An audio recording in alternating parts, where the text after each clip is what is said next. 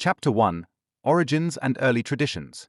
The origins of Judaism lie far back in a time when the cultures of the ancient Near East were developing, trading, and telling myths that were supposed to explain man's relationship to the gods.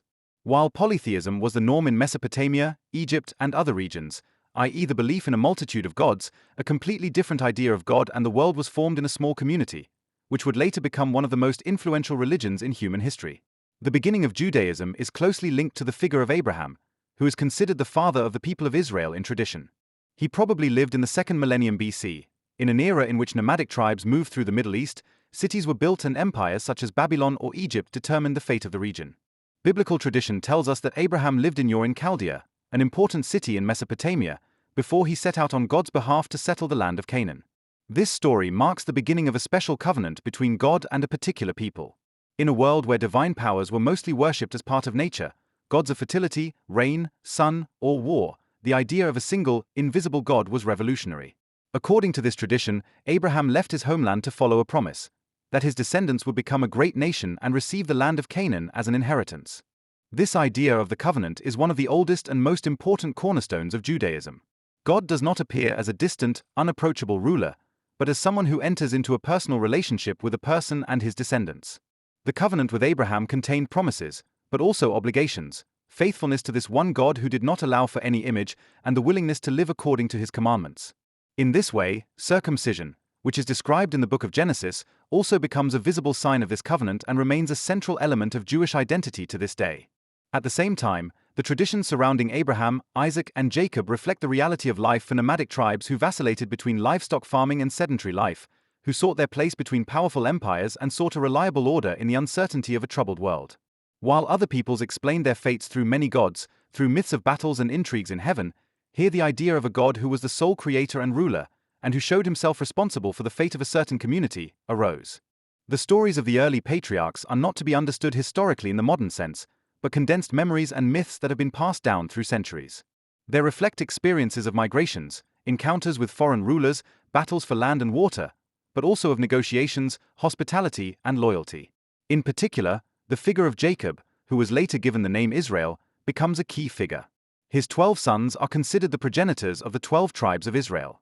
The stories about him and his family are not only pious legends, but founding narratives that explain why the people of Israel bear his name and what bond they have with God. The origins of Judaism are therefore not only to be found in major political events, but also in narratives that create identity. They explain why this people is different, why they have a special mission, and why their faith is unique. Even in the earliest texts, a field of tension is evident that still characterizes Judaism today. The experience of being small and vulnerable in a world of the powerful, and at the same time the conviction of being chosen and protected by God. This tension between external threat and inner calling runs through the entire story. From a scientific point of view, the emergence of monotheism is a complex process that took centuries. Some researchers assume that the belief in a single God developed only gradually from henotheism, i.e., from the worship of one main God while at the same time recognizing others.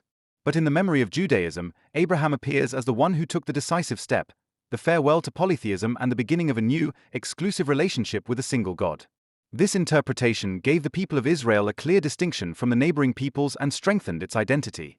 Another essential aspect of the early Jewish tradition is the understanding of history. While many ancient peoples told their myths in eternal cycles, i.e., of gods and heroes whose deeds were repeated, Israel interpreted its history as a linear path. From the covenant with Abraham, to the descendants, to the experiences of hunger, flight, and strangers, everything appeared as part of a plan in which God intervened, tested, and directed. This view that history has a meaning and a goal later became fundamental for Christianity and Islam. The origins and early traditions of Judaism thus form not only a religious basis, but also a cultural and spiritual one. In Abraham's decision to follow God's call, later generations saw confirmation that faith requires courage, turning away from the familiar and trusting in an invisible promise. The stories of Isaac and Jacob made it clear that this faith must be strengthened by trials, that it knows struggles, doubts, and detours. And the idea of the covenant emphasized that this faith is not just an individual attitude, but a collective vocation that determines the destiny of an entire people. Thus, the history of Judaism begins with a collection of narratives that are at once myths, creeds, and historical memories. They tell of people who leave their homes because they follow an invisible voice, of families who have to survive in a foreign land, of God who tests and promises. These early traditions are not only the origin of Judaism, but also the nucleus for the Abrahamic religions as a whole, which would later shape much of the world. The roots thus lie in an inconspicuous beginning, a wandering shepherd in a world of mighty empires, a small people between the great powers of Egypt and Mesopotamia, an invisible God in a world full of images of gods. But it was precisely from this contrast, from this peculiarity, that a tradition grew that not only survived for thousands of years, but also decisively changed human history. Chapter 2: The Patriarchs and the People of Israel. The history of Judaism continues to unfold with the figures who are traditionally considered the patriarchs: Isaac, Jacob, and his sons. They are the descendants of Abraham and at the same time the bearers of the promise that God once made with their ancestor. Their stories are not just family chronicles, but founding narratives that have shaped the self-image of the people of Israel for generations. With them, the narrative takes shape that a family that commutes between foreign and home, experiences hunger and prosperity and struggles between strife and reconciliation, gives rise to a people that has a special relationship with God. Isaac, the son of Abraham, is often less prominent in the traditions than his father or son Jacob. But it is precisely its history that symbolizes the continued existence of the League. The dramatic episode of Isaac's binding, in which Abraham was to sacrifice his son at God's behest, is a key event. Even if God withdraws the command at the last moment, the memory of an existential test remains, which takes trust in the divine will to the extreme. Isaac thus stands for continuity, for the transmission of the promise to the next generation, and his calm, almost inconspicuous figure becomes a symbol of the fact that faith finds its expression not only in heroic deeds, but also in simple persistence. Jacob, Isaac's son, is a figure full of contradictions and changes. His story begins with cunning, when he obtains the firstborn blessing of his brother Esau. He is a man who has to flee, who serves in a foreign land, who struggles with his father-in-law Laban for possessions, and who wrestles with God himself. Especially the episode at Jabbok, in which Jacob fights with a mysterious being and is given the name Israel, is a central symbol. The man who wrestles with God, who does not give up, who emerges from the battle wounded but blessed. Here not only a new name is created, but also a new self-image. Israel means fighter for God or who fights with God. This narrative condenses the experience of the Jewish people, who struggle with God through the centuries, in faithfulness, in doubt, in hope. Jacob's 12 sons form the basis for the 12 tribes of Israel that will later shape the people. Joseph in particular stands out, whose story occupies a large space in the Old Testament. As his father's favorite son, he is betrayed by his brothers out of jealousy and sold to Egypt.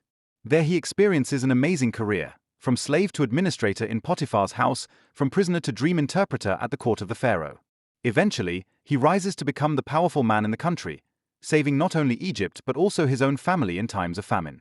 The story of Joseph is rich in motifs of betrayal and forgiveness, of divine providence and human guilt. It shows that the fate of Israel will be closely linked to Egypt and that God also writes a greater history through suffering and injustice. The stories of the patriarchs are far more than religious legends. They contain deep psychological and human experiences.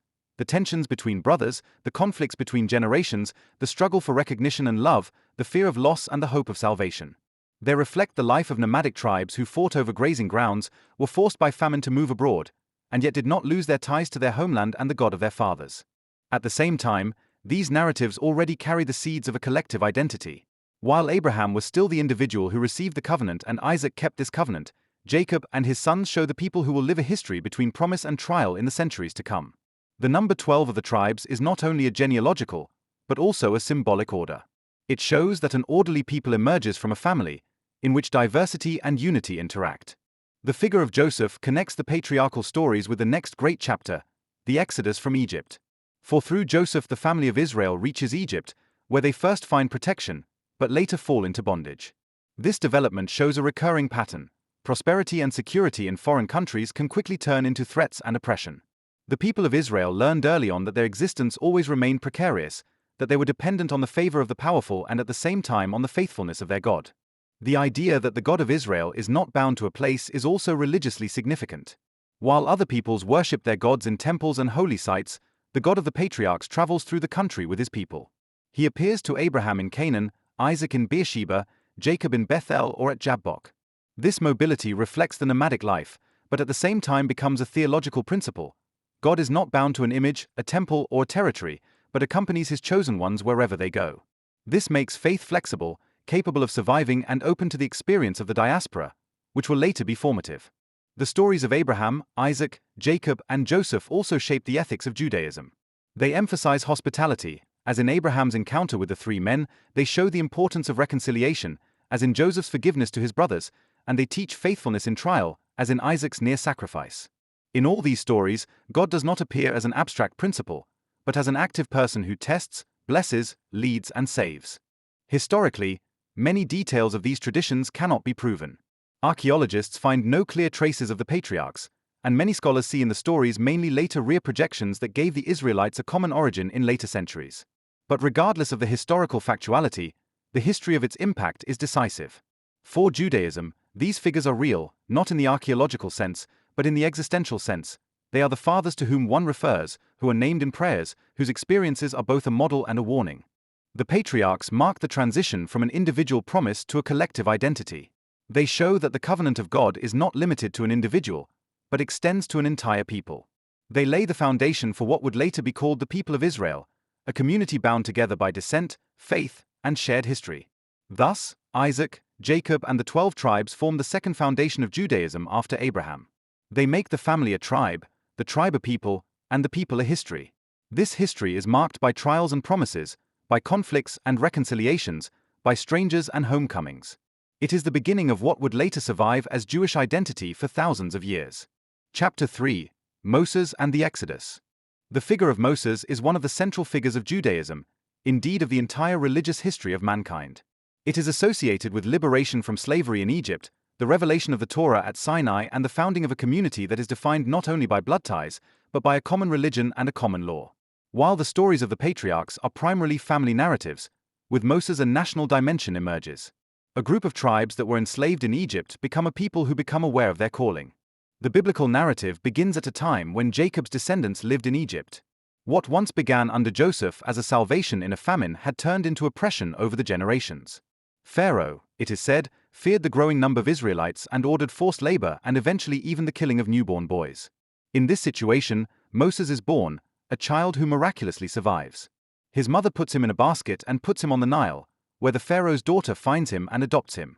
So Moses grows up at the court of the ruler and at the same time maintains the bond to his people through his origins. The story of his youth shows him as someone who cannot come to terms with oppression. When he kills an Egyptian who abuses an Israelite, he has to flee. He lives as a shepherd in the land of Midian, marries and leads a secluded life. But then God enters his life, in the famous scene of the burning bush. There Moses hears the voice that instructs him to return and free the people of Israel from bondage. Hesitantly and full of doubts, he accepts this calling, supported by his brother Aaron.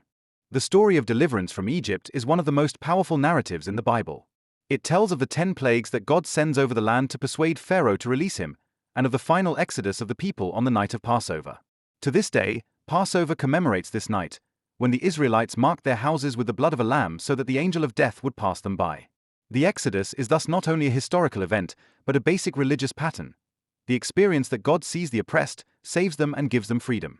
Particularly impressive is the story of the passage through the Sea of Reeds. Wedged between the sea and the onrushing Egyptian army, the people seem lost.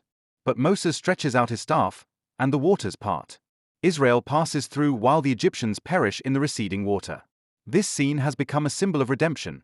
God opens paths where there are no paths. He shows his power not only in the victory over nature, but also over the arrogance of the powerful. After moving out, a new phase begins, the desert migration. It is full of challenges, full of hunger and thirst, full of complaints and doubts. The people who have experienced liberation soon long for the fleshpots of Egypt. Again and again it questions Moses and God. But it is precisely at this time that what is the actual hour of birth for Judaism occurs, the revelation at Sinai. There, according to the Torah, God appeared in thunder and smoke and spoke to Moses the 10 Commandments, the basic instructions for the life of the people. The 10 Commandments are much more than just religious rules. They combine the worship of God with social and ethical norms. They demand faithfulness to the one God, the prohibition of idols, the sanctification of the Sabbath. At the same time, they prescribe respect for parents, the prohibition of murder, adultery, theft, false testimony, and greed. In this way, the covenant between God and Israel becomes not only a spiritual order, but also a moral one. Israel is not only chosen, but also obliged, to live by a special standard. Moses receives not only the 10 Commandments at Sinai, but according to tradition the entire Torah, the law that regulates life in all areas. This gives rise to the rabbinic understanding that through the Torah, Israel becomes a community that is bound together by commandments and prohibitions, by rituals and ethics, by remembrance and hope. The covenant that God had made with Abraham takes on its concrete form here, not just a promise, but an order of life. But the desert time remains a time of trials. The Israelites make themselves a golden calf when Moses lingers too long on the mountain, showing how difficult it is to believe in an invisible God. Again and again they rebel against Moses and long for the security of slavery. God reacts with severity, but also with patience. In the end, the journey lasts 40 years, a generation that dies in the desert before the new generation is allowed to enter the promised land. Moses himself sees the land only from a distance. From Mount Nebo he looks at Canaan, but he is not allowed to enter it. His life story thus ends in a mixture of triumph and tragedy. He is the liberator, the lawgiver, the mediator between God and the people, but he does not complete the last step. This tension also characterizes Judaism. The journey is more important than the arrival, hope always remains a bit unfulfilled. The figure of Moses is of lasting importance. For Judaism, he is the greatest prophet, the one who met God face to face. Its history shapes Israel's self-image as a people that was liberated from oppression in order to serve the one God in freedom. The Exodus is told again and again, in prayers, in festivals, in rituals. It is not only the past, but a pattern. God leads out of bondage, even in new times. Moses is also of enormous importance for the world religions as a whole. In Christianity, he is considered a forerunner of Jesus. In Islam, he is revered as an important prophet. But in Judaism, he remains above all the one who brought the Torah and formed the people into a community. His legacy is not power or land, but law and relationship with God. Thus, the Exodus marks a decisive turning point in the history of Judaism. A family that found refuge in Egypt becomes a people called by God himself. The experience of servitude becomes the memory of freedom. And the revelation at Sinai becomes an order that is to shape life for all time. The story of Moses is thus not only an episode, but the founding document of the Jewish people, and at the same time a story that is told again and again, because it carries within it the hope of liberation that has never been extinguished over thousands of years. Chapter 4. The Judges period and the conquest of Canaan.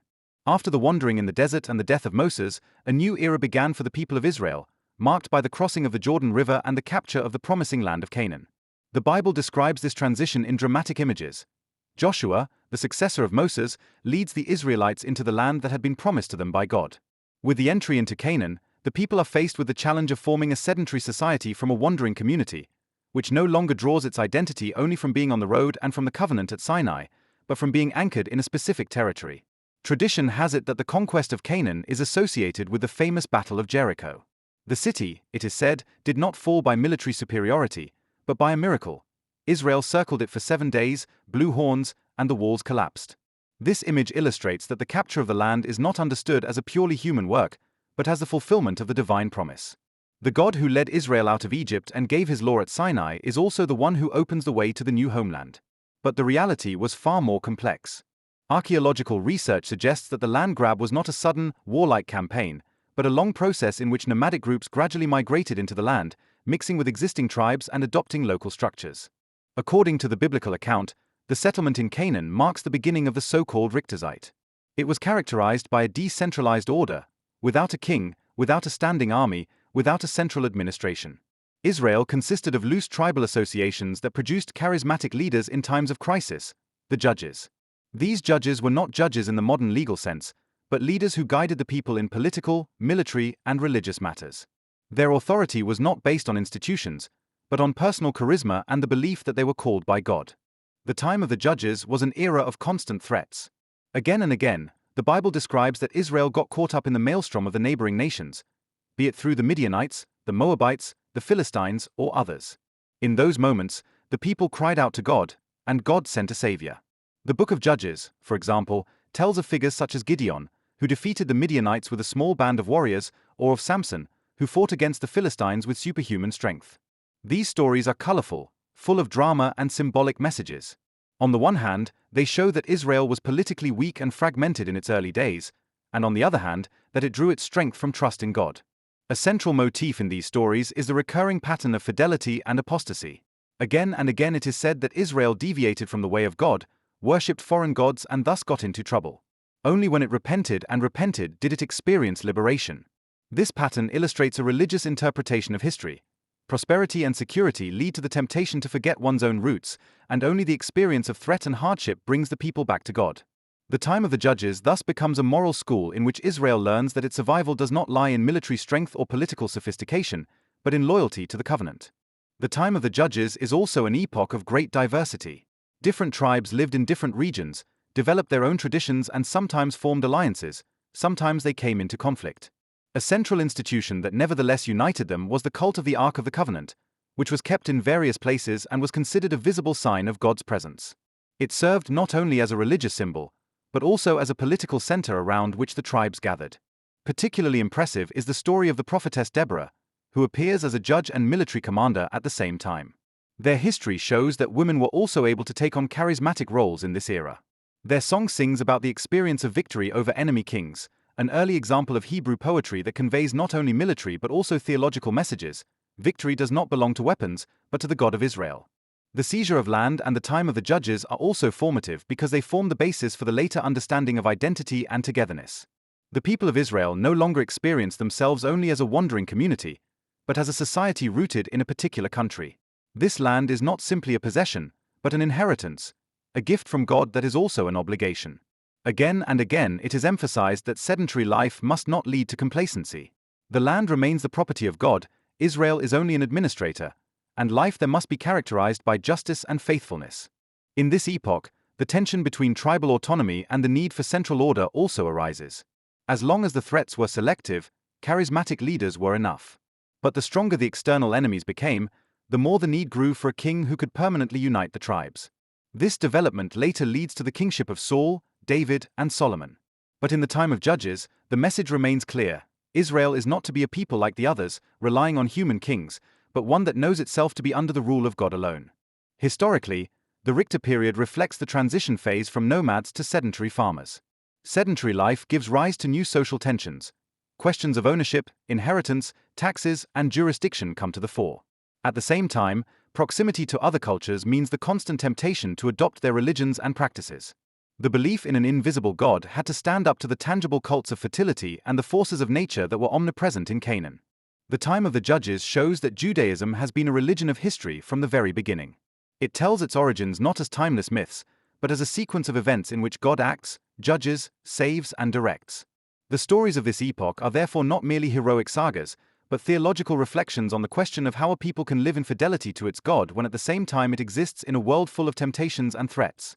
Thus, the time of the Judges, with all its tensions, dramas, and contradictions, is a decisive chapter in the history of Judaism. It marks the transition from the desert to the land, from the leadership of Moses and Joshua to the leadership of charismatic judges, from a wandering community to a sedentary society. It shows that living in freedom means not only liberation, but also new challenges, responsibility for justice, loyalty to the covenant, and the preservation of one's own identity in the midst of foreign influences. The time of the Judges is thus not only a historical period, but a symbol of the constant tension in Judaism between faithfulness and apostasy, between closeness to God and temptation, between freedom and responsibility. It paves the way for the next great development, the longing for a king, the founding of an empire, and the construction of the temple in Jerusalem, themes that were to have a lasting impact on the history of the people of Israel. Chapter 5: Kings Saul, David, and Solomon. The time of the Judges had shaped Israel as an era of fragmentation, in which the tribes were connected by a common religion and memories, but in everyday life they existed rather loosely side by side. Again and again, external enemies such as the Philistines threatened security, and internal tensions weakened unity. In this situation, the desire for a new order arose that went beyond charismatic leaders. The people demanded a king like the neighboring peoples, a ruler who could unite the tribes, lead an army, and ensure lasting stability. This development marked a turning point. Israel entered the phase of monarchy that was to become decisive for its religious, cultural, and political identity. The biblical narrative describes this transition as ambivalent. The prophet Samuel, the last judge and spiritual leader, warns the people of the dangers of kingship. A king will force sons and daughters into his service, claim fields and crops, and exercise power over the people. But Israel persists in its wish, and God allows the introduction of kingship. So Saul, of the tribe of Benjamin, becomes the first king of Israel. His reign begins hopefully, he triumphs over enemies and gains prestige. But soon tensions between Saul and Samuel become apparent. Saul fails in religious fidelity, he dares to perform sacrificial acts without the prophet and resists divine instructions. His kingship is overshadowed by this, and in tradition he is regarded as a tragic figure who is both great and weak. At Saul's side soon comes a figure who becomes the central figure of Israelite history: David. Originally a shepherd boy from Bethlehem, he first comes to the fore in the famous episode in which he defeats the giant Goliath. With courage and skill, equipped only with a catapult, he overcomes the seemingly overpowering opponent. This story symbolizes not only personal heroism, but also the message that God chooses the little one to defeat the powerful. David's rise is steep. He becomes a successful military leader, wins the trust of the people, but comes into conflict with Saul, who sees him as a rival. After a period of persecution and exile, David finally becomes king, first in Hebron over Judah, then after Saul's death over all Israel. David's reign is of decisive importance for the Jewish self-image. He conquers Jerusalem and makes it the capital. In doing so, he is not only creating a political center, but also a religious one. The Ark of the Covenant is brought to Jerusalem, and the city becomes a symbol of God's presence in the lives of the people. David succeeds in uniting the tribes, building a strong army and making Israel a respected regional power. But even his rule is not free of conflicts. Intrigues at court, rivalries between his sons and personal misdeeds overshadow his kingship. Especially the story of Bathsheba, whom he desires and whose husband he sends to his death, shows that even the anointed king succumbs to human weaknesses. Nevertheless, David remains the great king in the tradition, of whom the Messiah is later expected to come forth from his house. After David's death, his son Solomon takes over the reign. Solomon is famous for his wisdom, which is emphasized in numerous stories. Particularly well known is the verdict in which he examines two women who are arguing over a child with a seemingly cruel proposal to divide the child. The true mother betrays herself by renouncing the child in order to save its life. Such stories shaped the image of Solomon as a wise ruler whose fame radiated far beyond Israel. His greatest work, however, is the construction of the temple in Jerusalem. This temple becomes a religious center, a place of sacrifice and a symbol of God's presence. With its establishment, the faith of Israel receives a permanent institution that houses the Ark of the Covenant and in which the people celebrate their feasts. Solomon's temple combines the promises of the past with a new, tangible reality. God dwells in the midst of his people. This building had a lasting influence on the Jewish religion, because it became a point of reference for piety, hope, and remembrance. Even after its later destruction, it remained present in prayer and longing. Solomon's reign is at the same time a time of prosperity and international prestige. Trade relations, alliances, and cultural exchange are flourishing. The Bible tells of the Queen of Sheba, who marveled at Solomon's wisdom and wealth. But this glamour also has its downsides. The construction of the temple and other projects required enormous labor and taxes that burdened the people. In addition, tradition reports that Solomon married numerous foreign women and allowed their cults in Israel. According to the biblical interpretation, this led to an apostasy from pure faith in the one God and prepared the ground for later conflicts. With Solomon, the kingship of Israel reaches its climax, but at the same time the tensions begin that will lead to disintegration after his death. The reign of the first three kings, Saul, David, and Solomon, is a golden age in Israel's memory, in which political unity, military strength, and religious centrality coincided. This epoch will later serve as a standard by which other rulers must be measured, and it will become the source of messianic hopes. The expectation of a new David renewing Israel runs through the entire history of Judaism. The introduction of kingship also marks a theological turning point. According to tradition, Israel should not be a people like the others, but should be ruled directly by God. But the longing for a human king prevailed. The Bible shows an area of tension in this ambivalence. On the one hand, kingship is presented as divinely legitimized. On the other hand, the warning remains that no king may stand above God. This tension characterizes the prophetic criticism of later centuries, when kings lead the people astray. Historically, the kingship of Israel is also an expression of a larger process in the ancient Near East. Many tribes and small peoples formed kingdoms during this time in order to be able to assert themselves against larger powers. For Israel, it meant the transition from a loose tribal society to a centralized state, with a capital, administration, and cult center. But this centralization was not without friction, and the questions of power, justice, and faithfulness to God remained unresolved.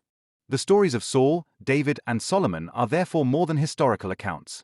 They are reflections of the questions that accompany Judaism to this day.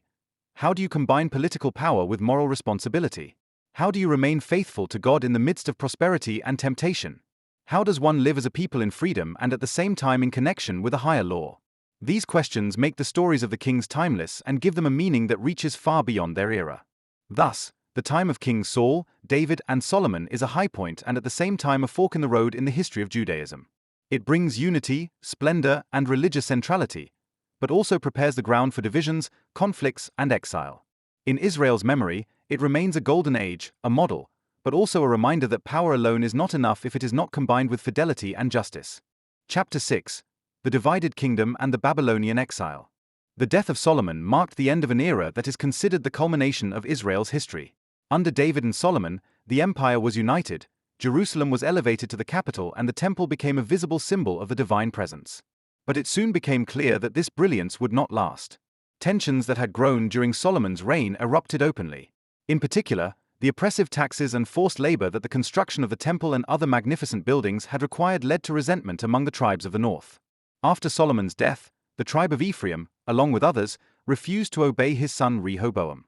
Thus, around 930 BC, the empire was split into two parts: the northern kingdom of Israel with the capital Samaria and the southern kingdom of Judah with Jerusalem as its center. The division had far-reaching consequences. The northern kingdom comprised the majority of tribes and had greater agricultural resources, but was politically unstable. Dynasties changed again and again, regicides and coups shaped its history. The southern kingdom of Judah was smaller, but more stable due to the Davidic dynasty and religiously strengthened by the temple in Jerusalem. Nevertheless, the danger of constant threats was also great here, as both empires lay between the great powers of Egypt and Mesopotamia. The prophets played a decisive role during this time. In the northern kingdom, figures such as Amos and Hosea raised their voices against social injustice, idolatry, and political corruption. They warned that deviating from the covenant with God would inevitably lead to disasters. Amos in particular criticized the wealthy who lived at the expense of the poor and announced the judgment of God.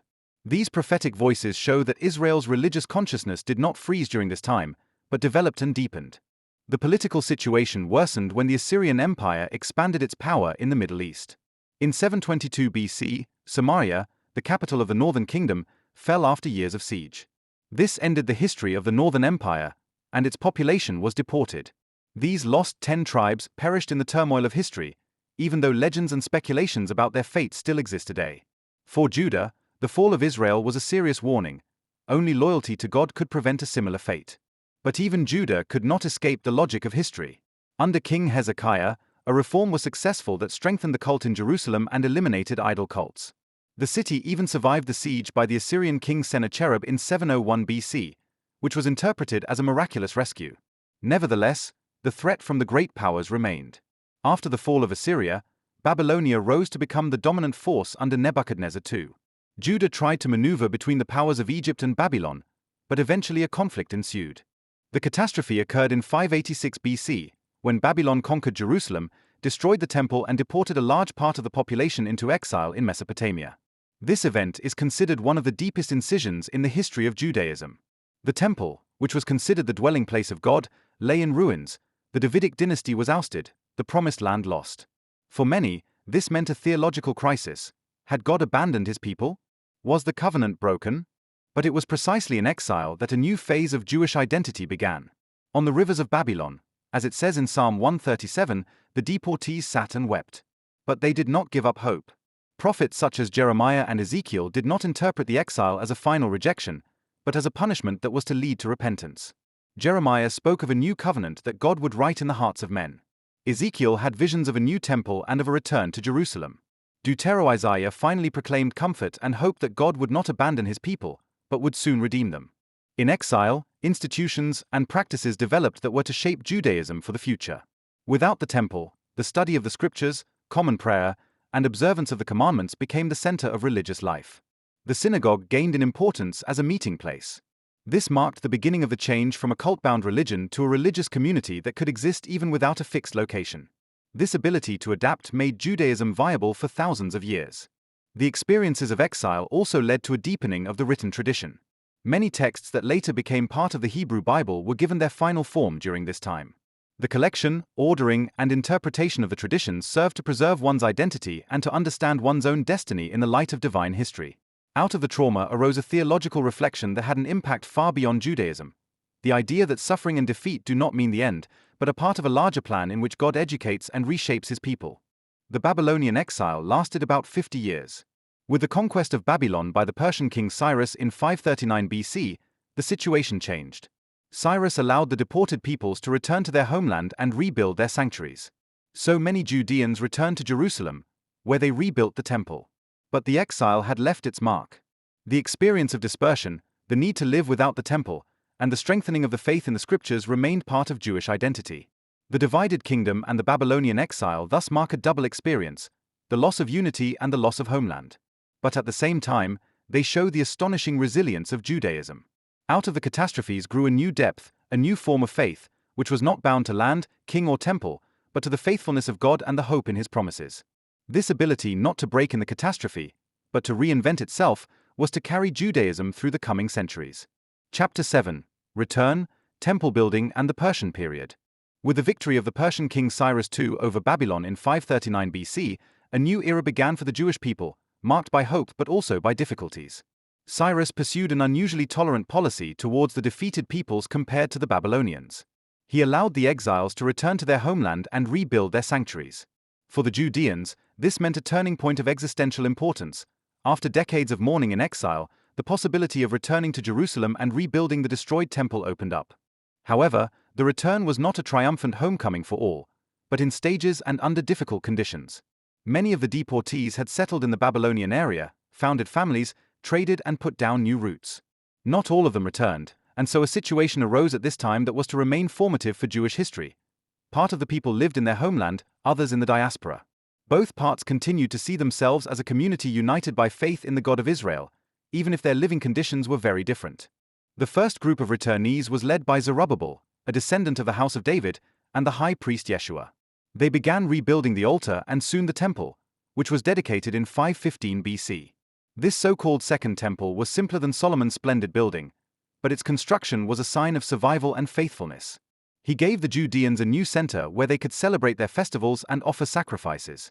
At the same time, it was a symbol of hope that God's covenant endured despite all the catastrophes.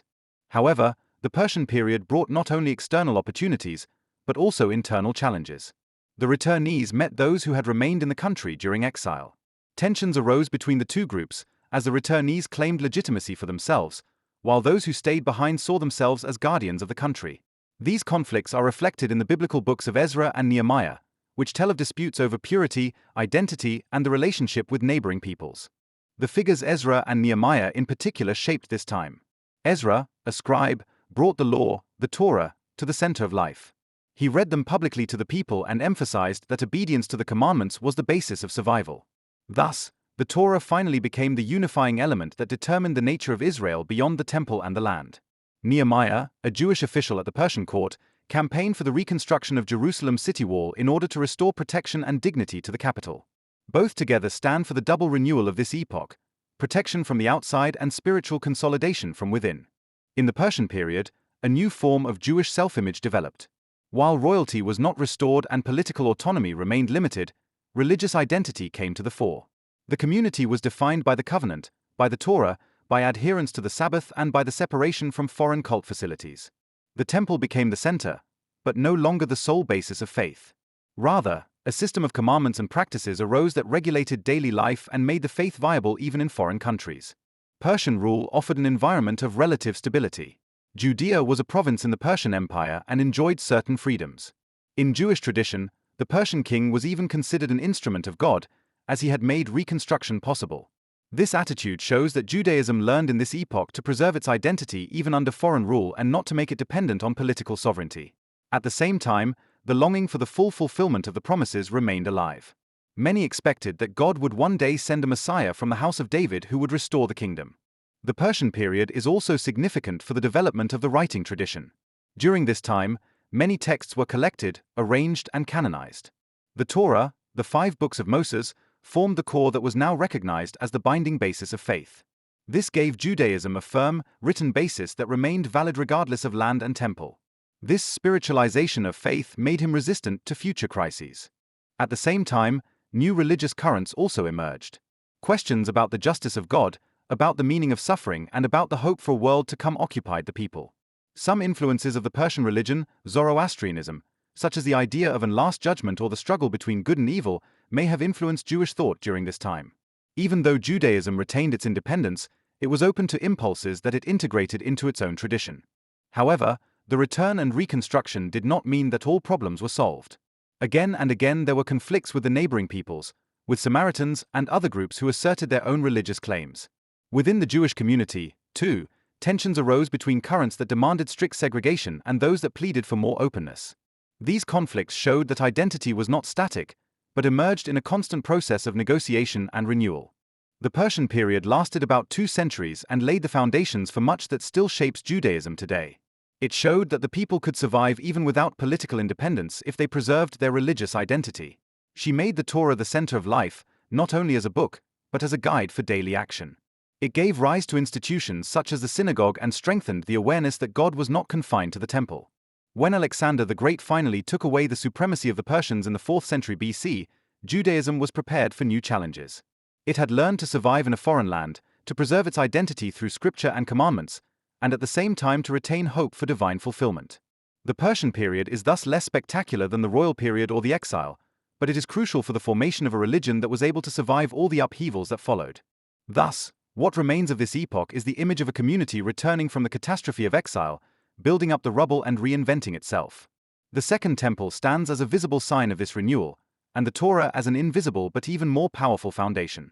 Between return and foreign rule, between hope and reality, Judaism emerged in the Persian period, as it is still recognizable today in its basic structure: a religion of memory, law, and unshakable hope. Chapter 8: Judaism under Greek and Roman rule. With the entry of Alexander the Great into the Near East in the late 4th century BC, a new era began that had a lasting impact on Judaism.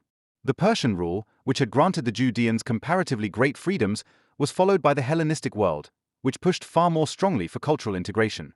Alexander himself did not leave behind a stable empire after his early death, but a patchwork of successor empires ruled by his generals.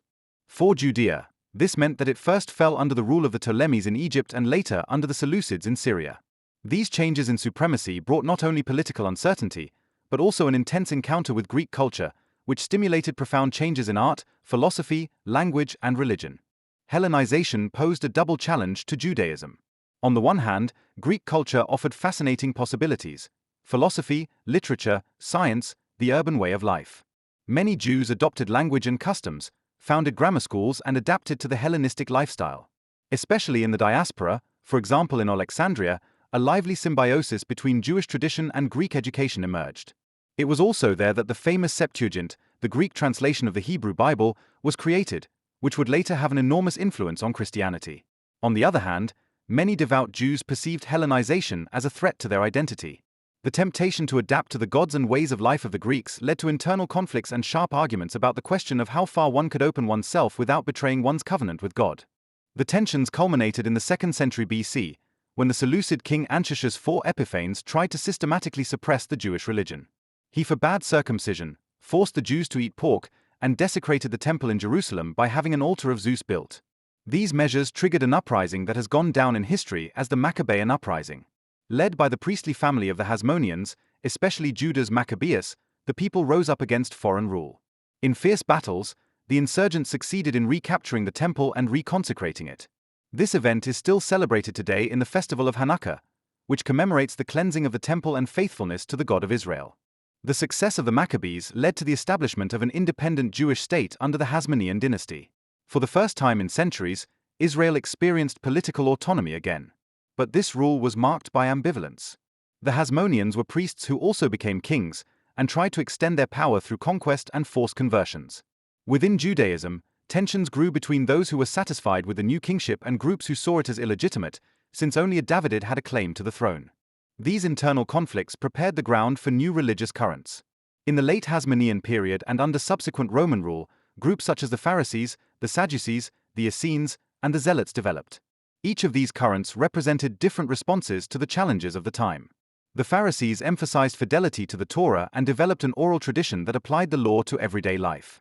The Sadducees, mostly from the priestly aristocracy, adhered to the temple cult and rejected innovations.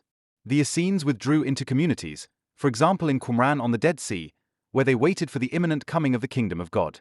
Finally, the Zealots relied on armed resistance against the Roman occupation. The Romans appeared on the scene when the Hasmonean Empire disintegrated into internal power struggles. In 63 BC, Pompey invaded Jerusalem and made Judea a Roman vassal state. Later, the Romans installed client kings, including Herod the Great, who ruled between 37 and 4 BC. Herod was a controversial ruler. On the one hand, a great builder who magnificently expanded the temple and rebuilt many cities, and on the other hand, a tyrant whose loyalty to Rome and brutal actions alienated many Jews. Under his rule, Judea experienced a period of relative stability, but tensions between Roman control, Hellenistic influence, and Jewish tradition remained. Roman rule was increasingly perceived as oppression. Tax burdens, cultural interventions, and the appearance of Roman soldiers in the Holy Land increased tensions. They finally broke out in 66 AD in a great uprising, which was initially successful, but ended in disaster in 70 AD. The Romans under Titus conquered Jerusalem, destroyed the temple, and thus razed the heart of the Jewish religion to the ground. This shock was comparable to the Babylonian exile, but the consequences were even more lasting. Without the temple, Judaism would have to redefine itself. The destruction of the temple ushered in the emergence of Rabbinic Judaism. While the Sadducees, who were strongly attached to the temple cult, disappeared, the Pharisees continued their tradition. They made the study of the Torah, prayer, and the observance of the commandments the new center of faith. Thus, Judaism became a religion that could exist even without the temple and sacrificial service. The synagogue and rabbinic doctrine gained in importance. This transformation was the key to survival. But the conflicts with Rome did not end there. A second great revolt, the so-called Bar Kokhba revolt between 132 and 135 AD, was crushed by the Romans with extreme severity. Hundreds of thousands of Jews died, and Jerusalem was transformed into the Roman colony of Aelia Capitolina. Jews were forbidden to enter the city. This marked the beginning of a long epoch of the diaspora, in which the Jewish people survived without their own land, but with an unshakable bond to their religion. The encounter with the Greek and Roman worlds had a profound impact on Judaism. On the one hand, it led to cultural enrichment, for example in philosophy, language, and literature, and on the other hand, to painful conflicts over identity and loyalty. It brought Judaism to the brink of annihilation, but also to renewal. The crisis following the destruction of the temple gave rise to a form of faith that was to shape the centuries to come, Rabbinic Judaism, which was based on scripture, commandment, and community. Thus, the period under Greek and Roman rule was an age of tensions, upheavals, and new creation. It showed how Judaism dealt with cultural domination, political oppression, and religious threats, not through dissolution, but through inner strengthening. The temple was lost, but the law, the Torah, became the temple of the Spirit. This paved the way for the long history of the diaspora, in which Judaism was to survive despite all adversities. Chapter 9: Rabbinic Judaism and the Origin of the Talmud. The destruction of the Second Temple in 70 AD was a turning point that ushered the Jewish people into a new era.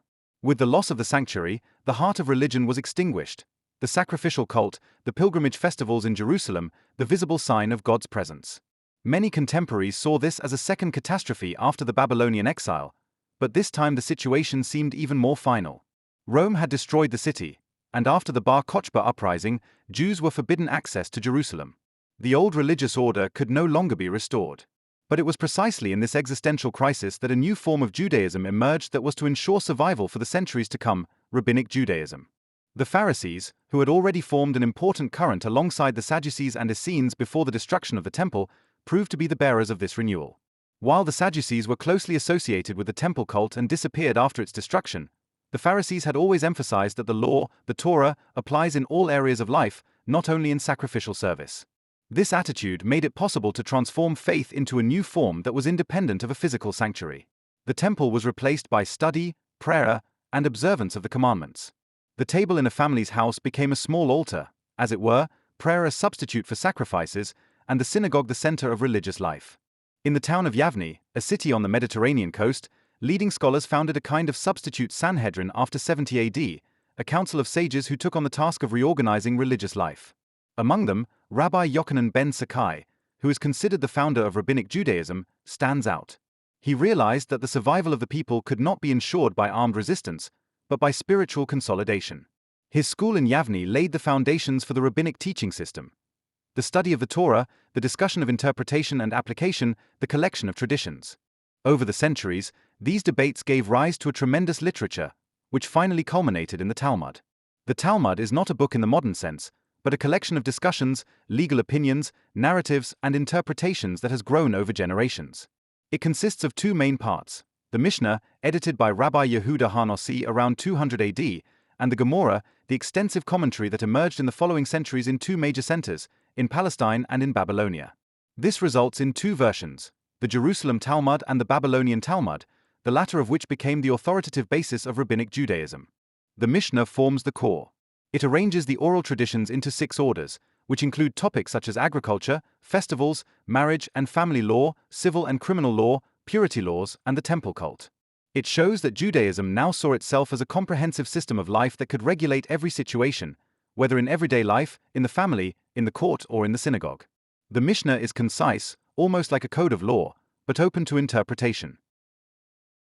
The Talmud contains not only legal debates, but also stories, parables, anecdotes, and legends. They show the rabbis as people with doubts, humor, and everyday problems. They make it clear that Judaism is not only a religion of law, but also of narrative, memory, and reflection. This combination of strict norms and lively discussion had a lasting impact on Jewish culture. The emergence of Rabbinic Judaism was not only an internal religious development, but also a response to external circumstances. Under Roman and later Byzantine rule, the Jews were politically disenfranchised, often persecuted or discriminated against. They could not build state institutions, so they developed their own intellectual and social structures. The rabbinical academies in Galilee and later in Babylonia became centers that preserved and passed on knowledge. They provided a common frame of reference for Jews throughout the diaspora, from Mesopotamia to Spain. Rabbinic Judaism was characterized by three elements that are still formative today. First, the centrality of the Torah and its interpretation, not only as a book, but as a living tradition that continues to grow in study and discussion. Secondly, the institution of the synagogue as a place of prayer, learning, and community.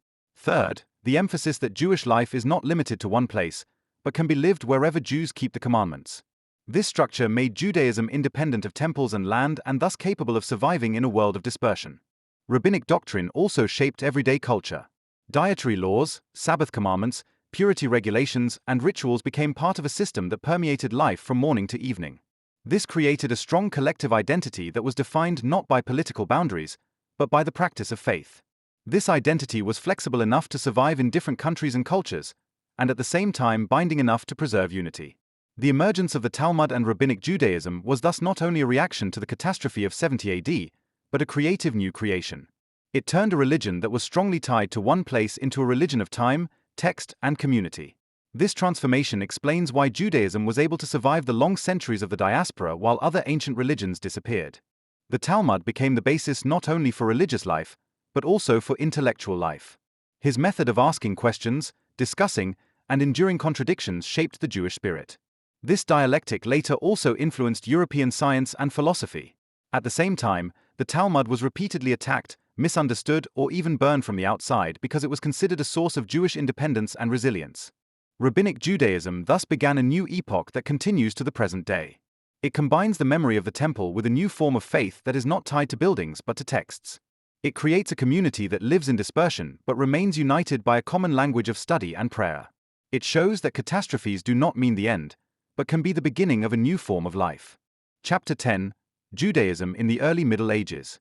The Early Middle Ages marked an epoch of profound changes for Judaism. After the consolidation of Rabbinic Judaism in the first centuries AD, the foundation was laid to be able to survive even in times of political upheaval and geographical dispersion. The Jewish communities lived in a world marked by the Christianization of the Roman Empire, the rise of the Byzantine Empire, and the spread of Islam.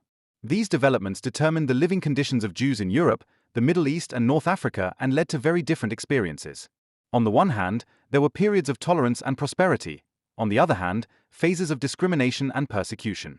In the East, in the territory of Babylonia, which was under Sassanid and later Islamic rule, the Jewish academies remained the spiritual centers of Rabbinic Judaism. Sura and Pumbedita were the most famous places where scholars studied and developed the Talmud over generations. It was there that the final authority of the Babylonian Talmud emerged, which over the centuries prevailed over the Jerusalem Talmud and formed the foundation of the Jewish tradition. The rabbis, who were called Geonim, gave answers to questions from all parts of the diaspora. In responses, written expert opinions, they regulated matters of law, ethics, and everyday life. This connection between the scholarly centers in Babylonia and the scattered communities from Spain to Persia made Judaism a transnational religion connected by the exchange of letters and writings. In the Byzantine world, the situation was more difficult. After the Christianization of the Reich, Jews were increasingly discriminated against. They lost certain rights, their synagogues were restricted, and there were attempts to convert them to Christianity. Nevertheless, Jewish communities in Constantinople, Thessaloniki, and other cities continued to exist and cultivated trade, crafts, and learning. These communities were often small, but tough and viable, even if they were on the margins of society. The rise of Islam in the 7th century brought a decisive turning point. The Arab conquests created a huge empire that stretched from Spain to India. In Islamic law, The Jews were recognized as wards, as members of a scriptural religion who had certain rights, but also obligations. They had to pay a special tax and were considered second-class citizens, but they often experienced greater tolerance compared to the Christian world. Under Muslim rule, Jews in many regions were able to trade, practice professions, and practice their religion freely, as long as they recognized Islamic supremacy. Especially in Spain, which became a center of Islamic culture under the name Al-Andalus, Jews experienced a heyday known as the Golden Age. Poets, philosophers, and scientists worked here who wrote in Hebrew and Arabic and made a significant contribution to world culture. The close connection with Arab philosophy, especially with Aristotle, promoted the development of Jewish thought. Later, this tradition was to have an effect on Europe and influence Christian scholasticism. In Christian Europe, on the other hand, the situation was less favorable. In the early Middle Ages, especially after the collapse of the Western Roman Empire, Jews lived in scattered communities, often as merchants and moneylenders, as they were denied access to many professions. They were dependent on the protection of local rulers, who sometimes promoted them, but sometimes also exploited them. Again and again there were pogroms, forced baptisms, and expulsions. The accusation of deicide and the sermons of church dignitaries fueled hostility, which erupted in times of crisis. Nevertheless, the Jewish communities managed to preserve their identity. They organized themselves into kehilot, self-governing communities that had synagogues, schools, and courts. Within these structures, religious and social life was regulated. Rabbis played a central role, not only as scholars, but also as judges and leaders. The congregations were integrated into a dense network of religious and cultural communication that connected them to centers in the Middle East and North Africa. The Jewish culture of the early Middle Ages was of an astonishing range. In addition to the strict erudition of the Talmud, poetry, philosophy, and mysticism developed. Poets such as Yehuda Halevi combined Hebrew tradition with Arabic poetry and gave a poetic form to the longing for Zion. Philosophers such as Sodi again laid the foundations for Jewish theology by combining Greek philosophy and rabbinic tradition. Sodi emphasized that reason and revelation are not contradictory, but complement each other. In doing so, he laid the foundation for a rationalist current in Judaism that was to reach as far as Maimonides. The Hebrew language also experienced a renaissance. Under the influence of Arabic grammar, Jewish scholars developed a systematic linguistics that reopened the Bible.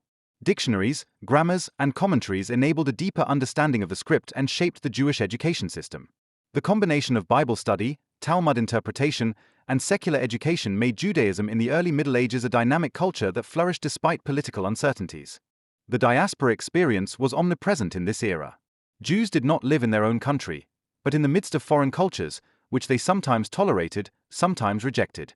This situation led to a double identity, a strong inner bond through religion and tradition, and an external adaptability that allowed them to survive in different societies. This balance between demarcation and integration shaped Jewish life for centuries. Jews also played an important role in trade. They connected the Islamic and Christian cultural areas, bringing goods, ideas, and news from one end of the Mediterranean world to the other. This economic importance sometimes made them indispensable, but also vulnerable to envy and hatred. Nevertheless, trade remained a means of turning dispersion into a form of network that strengthened survival. The early Middle Ages were therefore not a time of darkness for Judaism, even if it was marked by discrimination and dangers. It was a time of adaptation and renewal in which the foundations for medieval Jewish culture were developing. The rabbinic tradition was consolidated, the diaspora was organized, and the connection between religion, philosophy, and poetry was strengthened. From this epoch emerged a Judaism that not only survived against all odds, but became one of the most creative minority cultures in the world. Thus, the early Middle Ages show the characteristic pattern of Jewish history, the constant tension between threat from outside and renewal from within. In a world dominated by Christians and Muslims, Judaism found its way by relying on its texts, its community, and its hope. This power made it capable of enduring the centuries to come, full of trials and challenges. Chapter 11. The Golden Age in Spain. Medieval Spain was the scene of a unique cultural flowering for several centuries, in which Muslims, Christians, and Jews lived side by side in a way that was later often referred to as convivencia. Even if this idea of peaceful coexistence was not unbroken, it is indisputable that the Jewish population on the Iberian Peninsula in particular benefited from the special conditions. Under Muslim rule, especially in Al-Andalus, Jewish scholars, poets, philosophers, and merchants found a framework in which they could cultivate their traditions and at the same time absorb new impulses. This Golden Age is therefore one of the most important epochs in the history of Judaism and had a lasting effect on religion, culture, and science. The Islamic conquest of Spain in 711 put the Jews in a comparatively favorable position. Under the Visigoths, who had previously ruled, they had been subjected to severe persecution. With the Muslims, this changed. As members of a scriptural religion, they were recognized as dhimmi, i.e. as wards who were allowed to practice their religion as long as they paid a special tax and accepted the political dominance of Islam. Within this order, however, Jews were able to be economically successful and work in many areas of public life. Especially in the 10th and 11th centuries, under the caliphs of Cordoba, Jewish life experienced a peak. Cordoba itself was one of the largest and richest cities in Europe, a center of science, philosophy, and art. Jewish communities also developed here, which were closely intertwined with Arab culture. Many Jews mastered the Arabic language and wrote in it, so that their works became part of the general scholarly world. At the same time, they developed a new flowering of the Hebrew language, which became the language of poetry, science, and religion. Poetry experienced an unprecedented renaissance. Poets such as Samuel ibn Negrella, Solomon ibn Gabirol, and Yehuda Halevi combined traditional biblical motifs with the forms and themes of Arabic poetry. They wrote love poems, nature poetry, wine songs, and religious hymns. Yehuda Halevi in particular gave a powerful voice to the longing for Zion in his verses. His famous poem, in which he knows his heart is in the East while living in the West, expresses the tension of the diaspora between loss of home and unbroken hope. This poetic flowering was more than just art. It was an expression of the vitality of a community that developed cultural greatness despite foreign rule. In addition to poetry, philosophy was another field in which Jews made significant contributions. Solomon ibn Gabirol developed a Neoplatonic philosophy that gained influence in both Judaism and Christianity. But the most important was Moses Maimonides, also known as Rambam, who was born in Cordoba in the 12th century. As a philosopher, physician, and scholar, he combined Jewish tradition with Aristotelian philosophy. In his work Guide of the Undecided, he tried to reconcile faith and reason. For Maimonides, the biblical commandments were not mere commands, but the expression of a deeper rational order. His works influenced not only Judaism, but also Islamic and Christian scholasticism. The sciences also flourished. Jewish scholars dealt with medicine, astronomy, mathematics, and grammar. They translated works from Arabic into Hebrew and Latin, thus becoming mediators of ancient knowledge that later paved the way for the European Renaissance. In Granada, Toledo, and other cities, there were schools of translation in which Jews played a central role. They connected cultures by translating texts from the Arab world into Latin, which made them known in Christian Europe. The special position of the Jews was also evident in political functions. Samuel ibn Negrella, for example, was not only a poet, but also vizier at the court of Granada. He led military expeditions and held the highest offices without denying his Jewish identity. Such careers were unique in the medieval world and illustrate the opportunities that the Jewish communities in Spain had. But the Golden Age was not without its shadows. Tensions and outbreaks of violence have repeatedly occurred. As early as the 11th century, there was a pogrom in Granada in which many Jews were killed. Later, when the Almoravids and Almohads from North Africa took power in Spain, the situation deteriorated considerably. These strictly religious dynasties pursued a policy of intolerance that hit Jews and Christians hard. Many Jews fled to Christian areas of Spain or North Africa, others apparently embraced Islam but secretly clung to their faith. In the parts of Spain conquered by Christians, especially after the so-called Reconquista, conditions also changed. Initially, Jews could also play important roles there as advisors, doctors, and traders. The kingdoms of Castile and Aragon benefited from her knowledge of administration and finance. But in the 14th and 15th centuries, tensions intensified, and pogroms and forced baptisms increased. The conversos, the baptized Jews, were often suspected of secretly adhering to their old faith. These developments finally led to the expulsion of the Jews from Spain in 1492, which sealed the end of the Golden Age. Despite this tragic ending, the era of medieval Spain remains a unique example of Jewish creativity in a multicultural environment. The combination of Hebrew tradition with Arabic and Greek philosophy, the flowering of poetry and the translation activity made Judaism of this period a central carrier of cultural exchange. The works that were created at that time continue to have an impact today, not only in Judaism, but in the entire world history of ideas. The Golden Age in Spain impressively shows how Judaism in the diaspora was able to adapt and at the same time produce its own blossoming. It was not a time of isolation, but of openness, in which the encounter with other cultures did not lead to dissolution, but to enrichment. At the same time, it was an example of how fragile such a bloom can be when political and religious intolerance gets out of hand. For Jewish history, this era is a double symbol. On the one hand, for the ability to develop greatness in the midst of a foreign culture, and on the other hand, for the constant danger of becoming a victim of persecution. The memory of the Golden Age in Spain is therefore still part of the collective memory today, as a warning and as an inspiration at the same time. Chapter 12. Expulsions, Pogroms, and Ghettoization in Europe. While Judaism in Spain experienced a cultural flourishing, the situation of many Jewish communities in other parts of Europe deteriorated increasingly. From the High Middle Ages onwards, Jews were not only marginalized in numerous countries, but systematically persecuted. The wave of expulsions, pogroms, and ghettoizations, which stretched over centuries, deeply shaped Jewish consciousness and had a lasting impact on the people's culture of remembrance.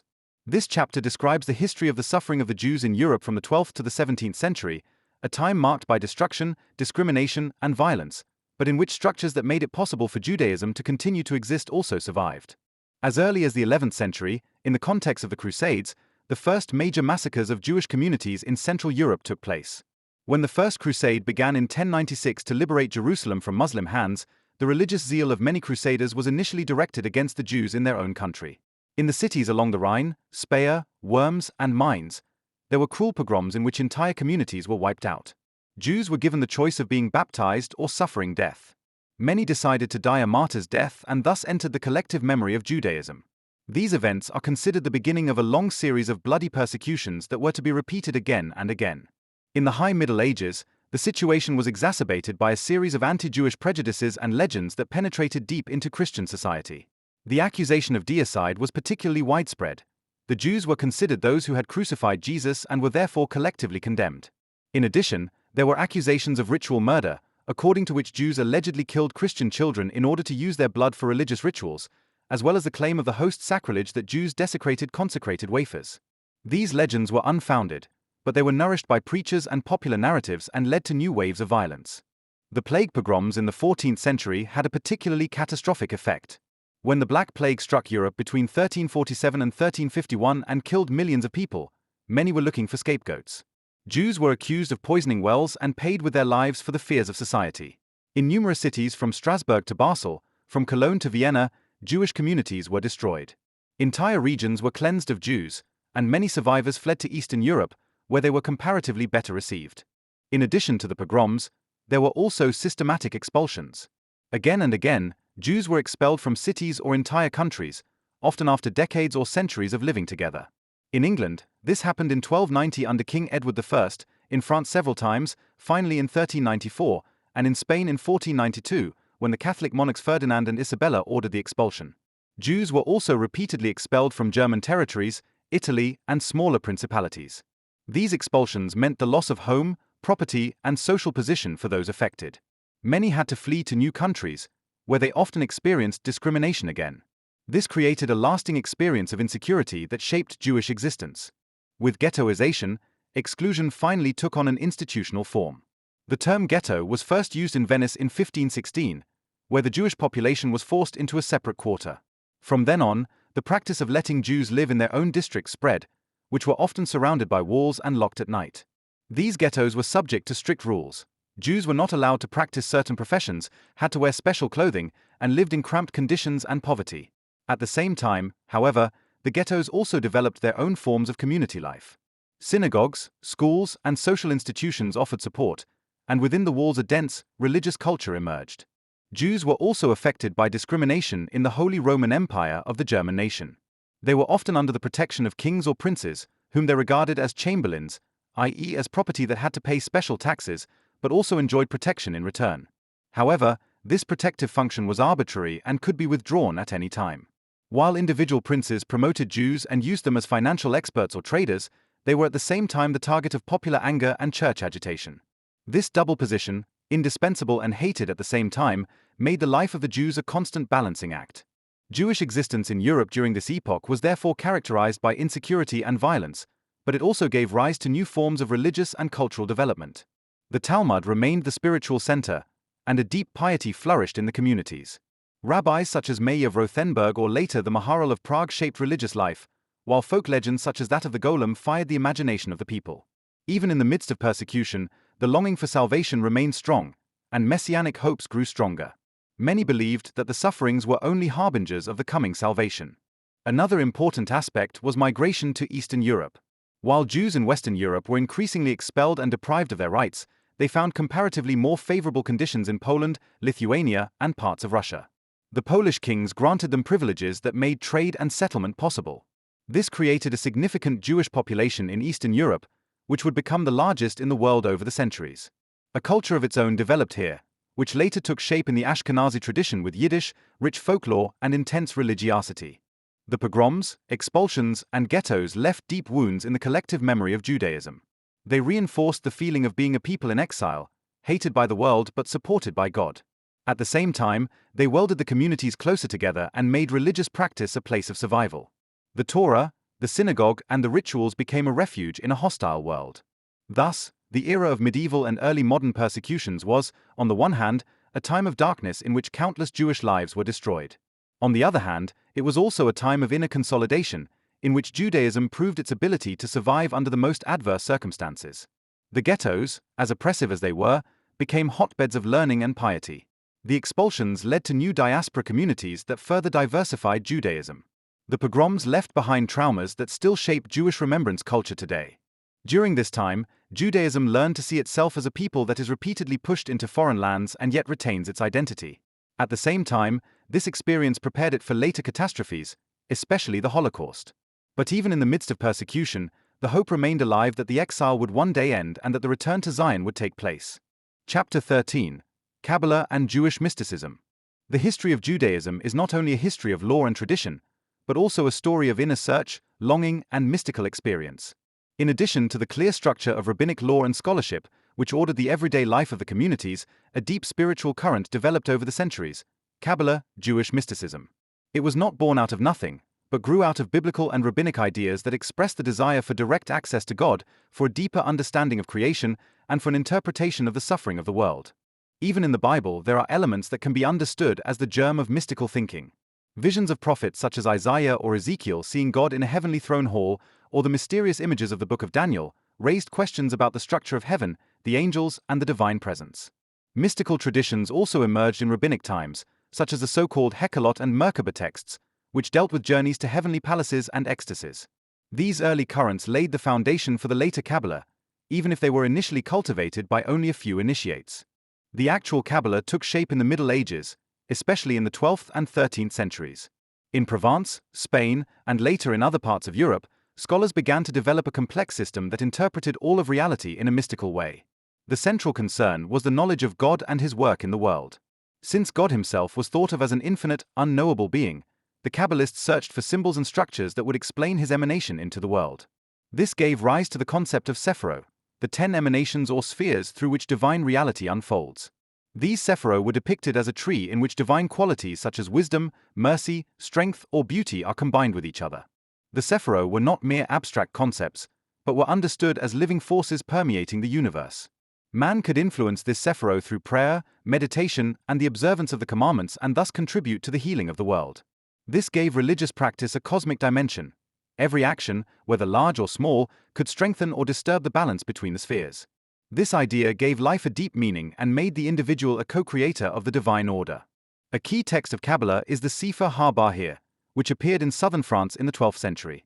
It contains mystical interpretations of the Bible and for the first time systematically describes the Sephiro.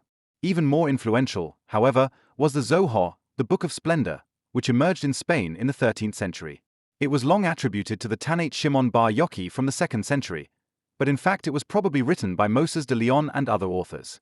The Zohar is an extensive work full of commentaries on the Torah, mystical narratives, visions, and symbolic interpretations. Its language is Aramaic, and it presents itself as a collection of secret wisdom accessible only to the initiated. The Zohar became the heart of the Kabbalah and shaped Jewish mysticism into modern times.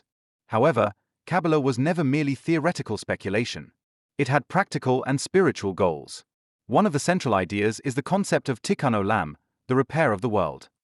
The Kabbalists taught that at creation, divine sparks fell into the world and were trapped in the bowls of evil. The task of man is to release these sparks through prayer, Torah study, and good deeds, and thus to lead the world to completion. This idea gave Jewish life a deeper dimension in times of suffering and persecution. Even in exile, even in poverty, every Jew could achieve cosmic significance through his actions. Especially after the expulsion of the Jews from Spain in 1492, the Kabbalah gained new strength. In Safed, a city in Galilee, a center of Kabbalistic teaching emerged in the 16th century. Figures such as Joseph Caro, the author of the Shulchan Aruch, a fundamental body of law, and above all Isaac Luria, known as the Ari, worked there. Luria's teachings revolutionized Kabbalah. He developed the concept of tzimtzum, divine self-contraction, to make creation possible. God withdrew to make room for the world, but in the process there was a splintering of the vessels that could not hold the divine light. These shards formed evil, and the sparks of light were trapped in them. Man now has the task of releasing these sparks and healing the world. Luria's Kabbalah was imbued with apocalyptic hope. Many of his followers believed that if they acted rightly, the messianic time was imminent. In an era marked by displacement, poverty, and insecurity, this idea offered comfort and motivation. As a result, Kabbalah no longer became a matter for a few initiates, but also spread widely. Songs, prayers, and customs from Sefer spread throughout the Jewish world. Kabbalah also had ambivalent consequences. Their messianic energy led to the movement around Shabtai Zvi in the 17th century, who declared himself the Messiah and threw large parts of the Jewish world into turmoil before converting to Islam. This shock left deep marks, but also showed how strong the longing for salvation was, nourished by Kabbalistic ideas. In addition to its mystical dimension, Kabbalah had a cultural impact that can still be felt today. It influenced Jewish art, music, and symbolism, for example in the depiction of the Tree of Life or in liturgical poems. It shaped piety by giving prayer a deeper, cosmic meaning. Even in the everyday life of Jewish communities, Kabbalistic ideas found their way in, for example in blessings or in the organization of the Sabbath. Kabbalah did not remain without influence on the non-Jewish world. As early as the Renaissance, Christian scholars were interested in them and developed a so-called Christian Kabbalah, which they combined with their own theology. Later, Kabbalah also became part of esoteric currents in Europe and influenced philosophers, artists, and occultists. In doing so, she crossed the boundaries of Judaism, even though she always retained her roots there. Jewish mysticism has always been a double-edged sword. On the one hand, it produced a deep spirituality that enriched religious life and gave comfort in times of suffering. On the other hand, it led to exaggerated expectations and dangerous movements that shook the communities. But in any case, it shows that Judaism was never just a religion of the law, but also a religion of longing, mystery, and inner experience. Thus, the Kabbalah is a mirror of Jewish history, born of the Bible, formed by exile, unfolded in times of distress, and yet of universal radiance. It stands for the search for the hidden meaning, for the unity behind diversity, for the divine light in a dark world. It condenses the hope that the world will not end in chaos, but will reach perfection through human and divine action. Chapter 14. Emancipation and Enlightenment. With the beginning of the modern era and the advent of the Enlightenment in the 18th century, an epoch of profound changes began for the Jews of Europe, which shook religious, social, and cultural life in a previously unknown way. For centuries, Jews in Europe had lived in ghettos, were subject to special taxes, excluded from numerous professions and limited to existence as traders, moneylenders, or small traders. Their existence was marked by discrimination and marginalization. But the ideals of the Enlightenment, reason, freedom, equality, and human rights, increasingly called this order into question. This marked the beginning of the process of emancipation, i.e. the legal equality of Jews, which was rapid in some countries, slow and contradictory in others, but formed the basis for modern Jewish history. The Enlightenment brought about a new view of the human being. Everyone should be regarded as an individual, regardless of status, religion, or origin. Philosophers such as John Locke, Montesquieu, Voltaire, and Rousseau emphasized freedom and tolerance, even if their attitudes towards Jews were quite ambivalent. For many thinkers, Jews continued to be regarded as a symbol of the old, dusty, or even foreign. Nevertheless, the new way of thinking opened up scope that had previously been unthinkable. The French Revolution of 1789 finally brought the decisive turning point. Under the cry of liberty, equality, fraternity, France granted the Jews full civic equality in 1791. For the first time in European history, Jews were no longer seen as a special community, but as citizens like everyone else. This development radiated throughout Europe, albeit at different speeds. In the territories conquered by Napoleon, ghettos were opened and the Jews were given new rights. In Germany, Austria, and Eastern Europe, on the other hand, emancipation was more hesitant. Often it was individual reforms that slowly brought improvements, but at the same time were tied to conditions. Jews were expected to shed their otherness, adapt linguistically, culturally, and professionally, and integrate into bourgeois society. Emancipation was therefore not only a gift, but also a challenge. How could Jews become citizens on an equal footing without losing their religious and cultural identity? Parallel to the political developments, there were also deep changes within Judaism. The Jewish Enlightenment, the Haskalah, emerged at the end of the 18th century, especially in Germany. Its most important representative was Moses Mendelssohn, who worked in Berlin. Mendelssohn combined Jewish tradition with the ideals of the Enlightenment and advocated education, tolerance, and integration. He translated the Hebrew Bible into German to give Jews access to the modern language and pleaded for a Judaism that was compatible with reason. For him, religion was a matter of the heart and morality, not just rituals. In doing so, he laid the foundation for a new relationship between Judaism and modernity. The Haskalah promoted education, science, and professional opening. Jews were supposed to attend schools, learn modern languages, and train in crafts, trade, and science. They were no longer to live only in the narrow circle of the ghetto, but to be present in society.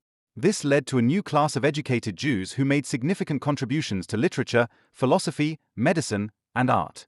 At the same time, however, a field of tension arose between traditional forces, who wanted to preserve the old order, and reformers, who demanded adaptation and modernization. Out of this tension, various religious currents developed in the 19th century. In Germany, the Reform movement emerged, which wanted to adapt Judaism to the modern world. Services were shortened, sermons were held in German, organs were introduced, and prayers were changed.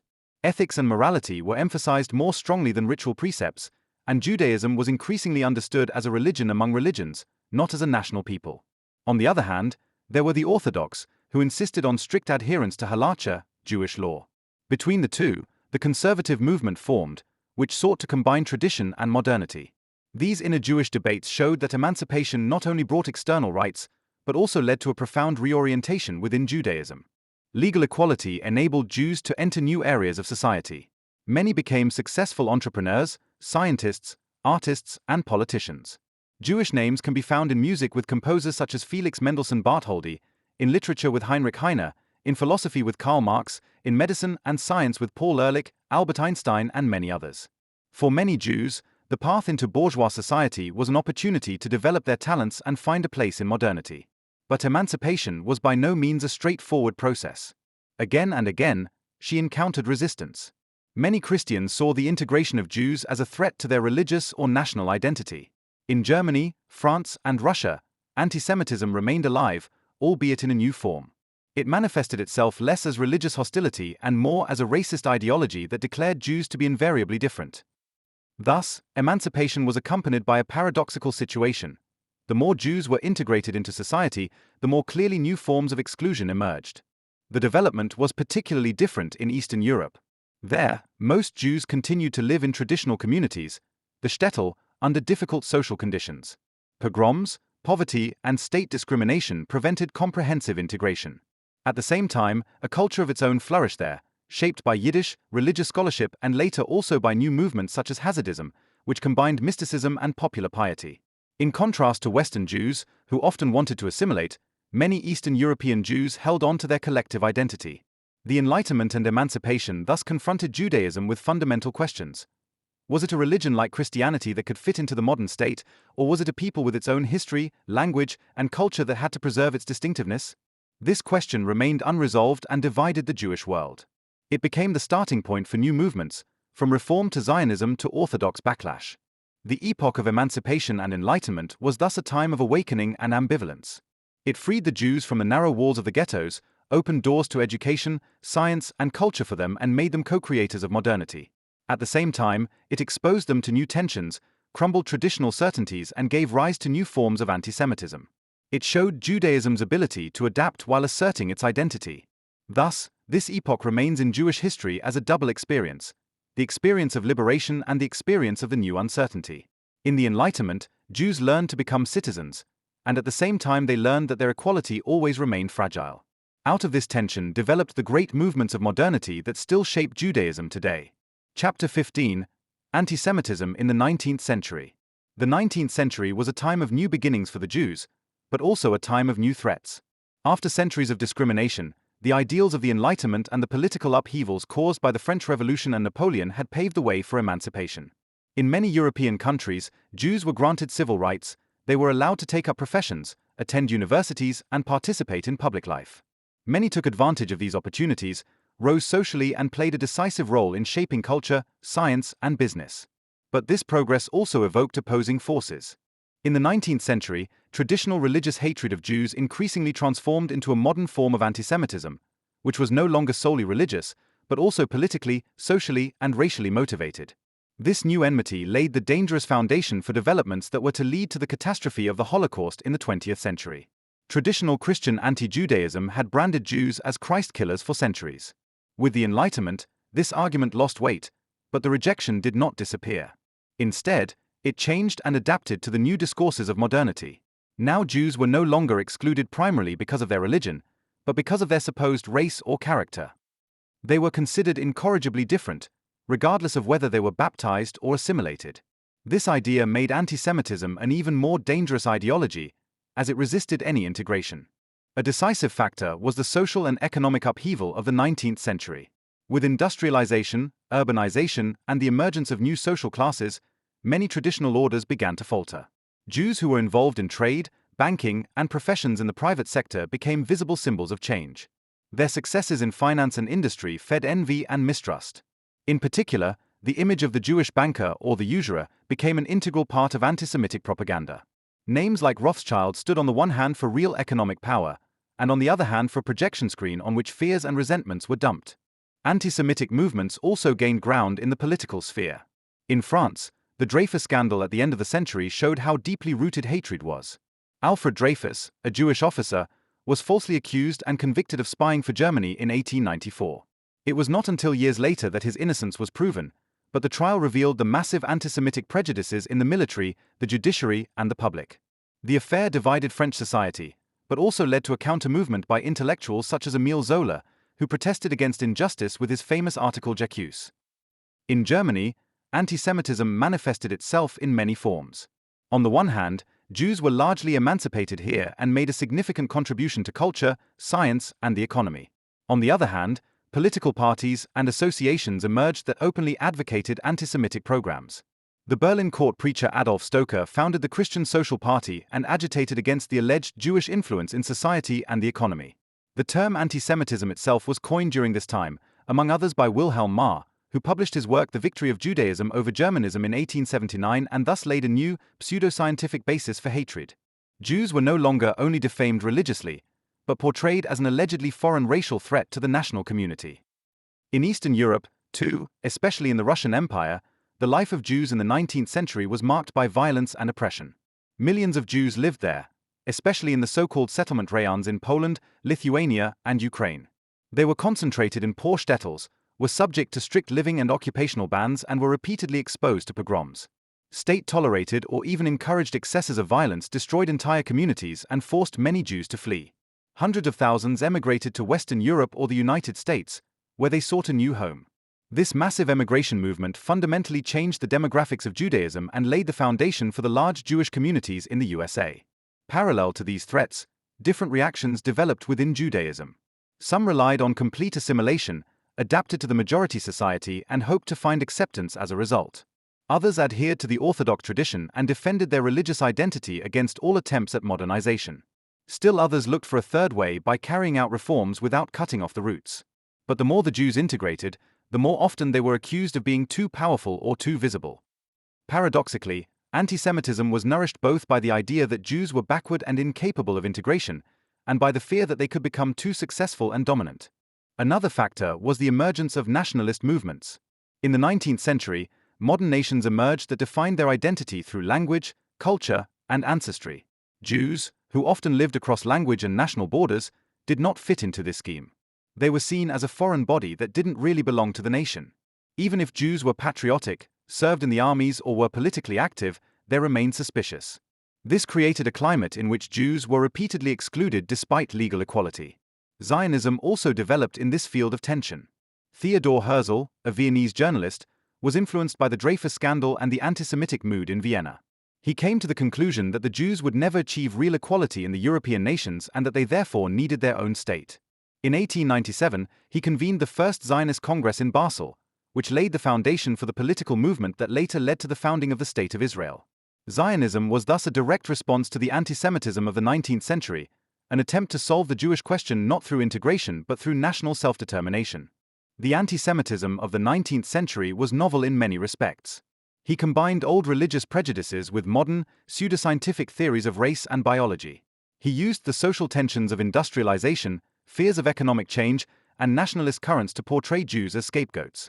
It was politically organized, found expression in parties, associations, and journalism, and it reached broad sections of society. This made it far more dangerous than earlier forms of Jew hatred because it was more systematic and modern. At the same time, the contribution of Jews to European culture remained unmistakable. Writers, scientists, and artists of Jewish origin worked in this epoch and had a decisive influence on modernity. However, their achievements could not overcome the hatred, but were often turned into the opposite. Instead of receiving recognition, many were accused of their success as proof of a Jewish conspiracy. Thus, the 19th century was an epoch full of contradictions for the Jews of Europe. It brought liberation from the ghettos, the opening up to education and culture, and the rise into new social classes. At the same time, it gave rise to a new, modern form of antisemitism that could not be overcome by adaptation or integration.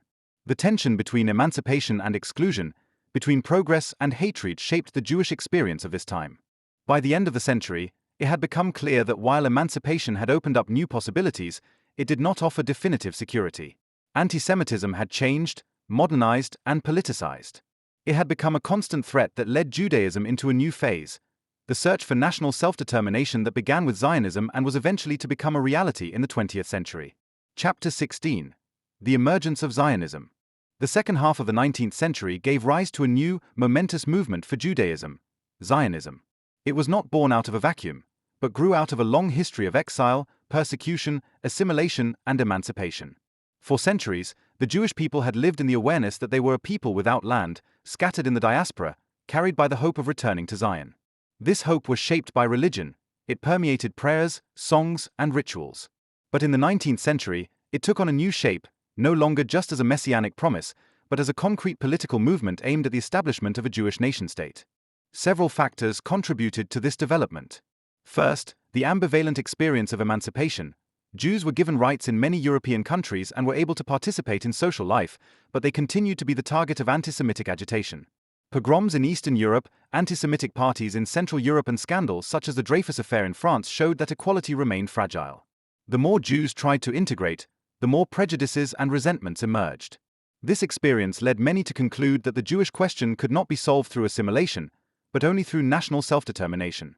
Another factor was the national movement of the time. In Europe, modern nations were formed, Italy and Germany united. In Eastern Europe, peoples such as Poles, Hungarians, and Czechs fought for their independence. The concept of the nation, defined by a common language, culture, and history, shaped the thinking of the era. Jews, who often felt excluded in these processes, began to rediscover their own national identity. If other peoples had a right to a state, why not the Jewish people? As early as the 1860s and 1870s, the first beginnings of modern Zionism emerged. In Eastern Europe, groups such as the Lovers of Zion, Kibbutz Zion, were formed, which founded small agricultural settlements in Palestine. These early pioneers, mostly young idealists from Russia, saw in the land of their fathers not only a religious longing, but also a practical solution, to build a new society there, free from the constraints and hostilities of Europe. They were under great deprivation, but their settlements laid the foundation for later settlement. The decisive impulse for political Zionism, however, came from Theodor Herzl. Born in Budapest in 1860, the journalist and writer was initially a convinced European who believed in the integration of the Jews. But the anti-Semitic mood in Vienna, where he lived, and above all the Dreyfus affair in France, led him to rethink.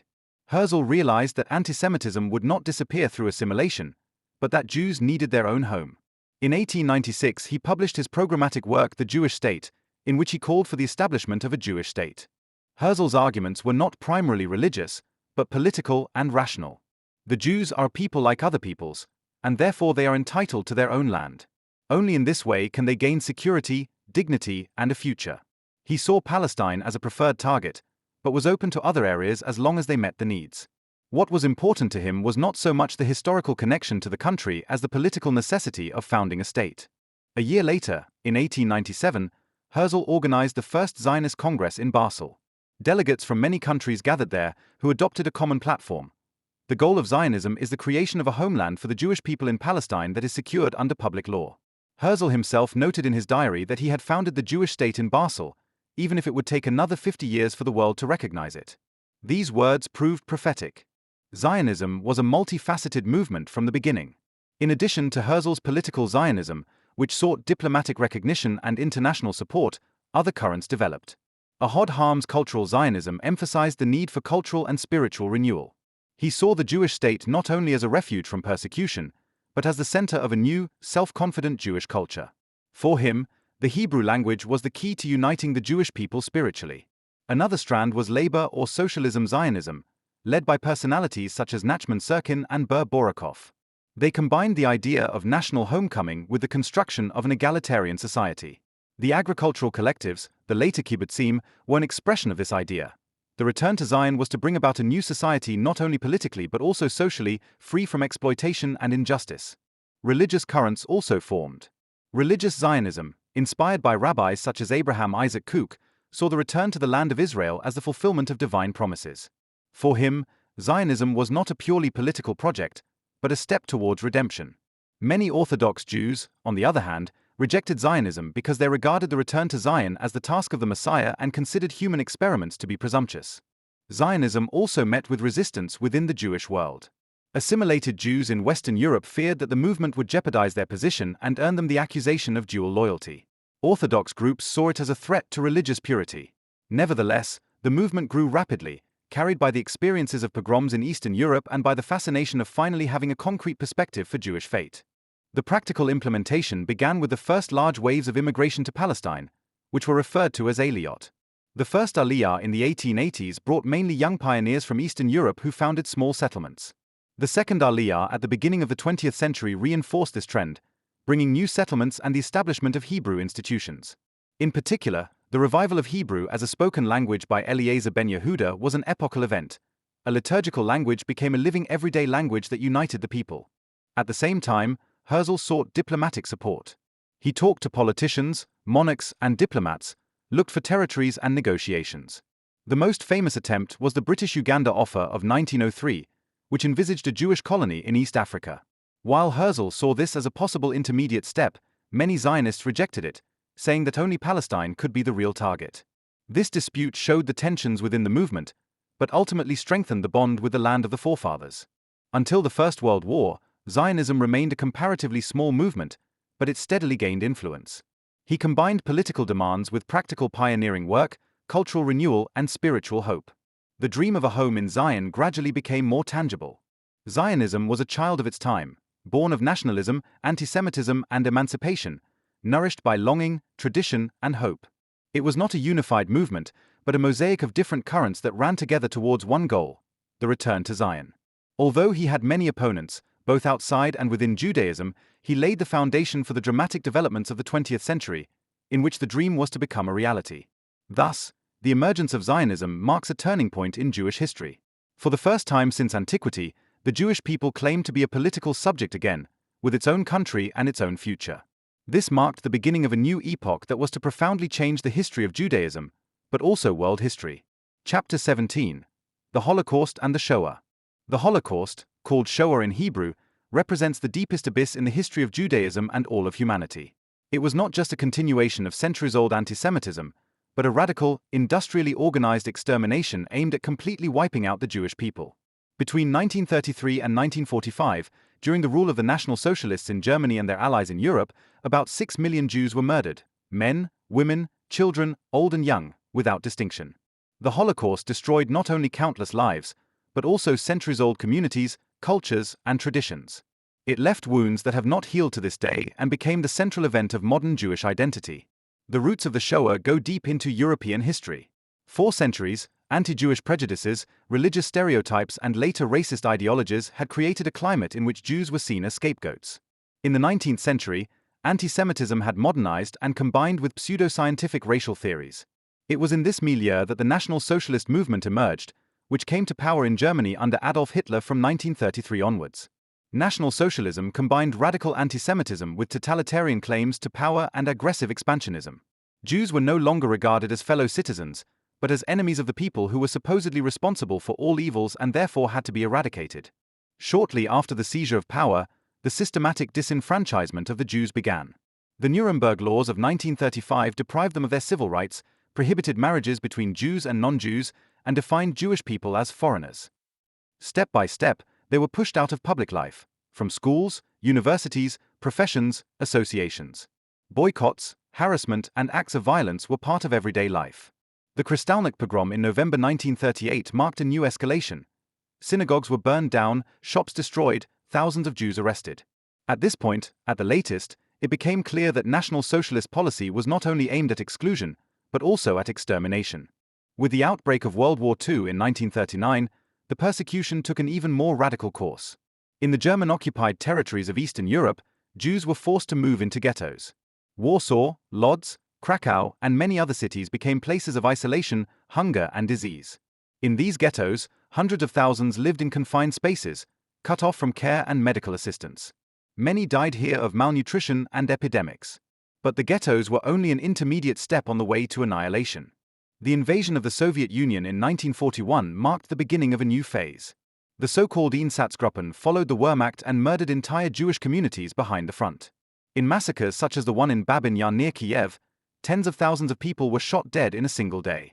This Shoah by bullets cost hundreds of thousands of lives and was a precursor to the even more comprehensive final solution. The Wannsee Conference in January 1942 is considered a key moment. There, leading National Socialists under the leadership of Reinhard Heydrich decided on the systematic, Europe-wide extermination of the Jews. What had previously begun in massacres and deportations now became a planned, bureaucratically organized program, the final solution of the Jewish question.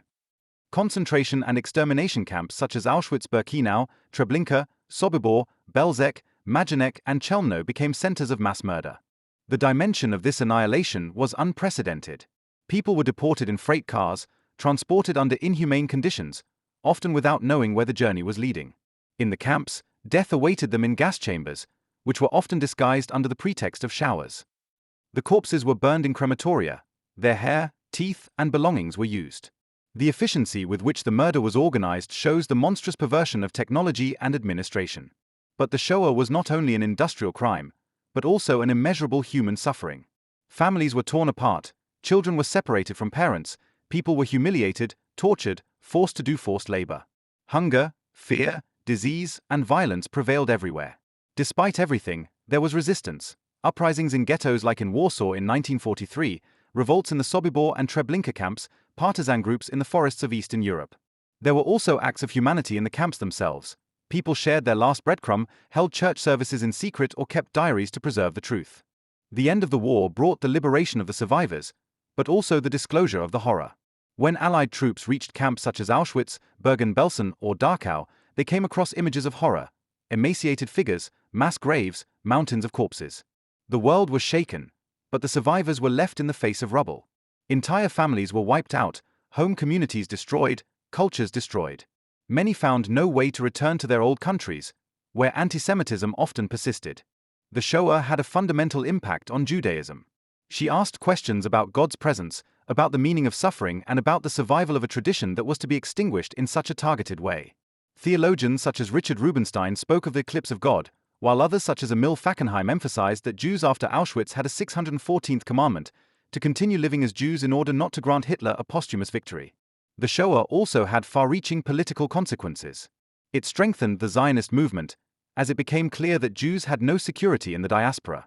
Many survivors emigrated to Palestine, where the State of Israel was founded a few years later. Internationally, the Shoah led to the recognition of the need for a Jewish homeland, which led to the UN Partition Resolution in 1947.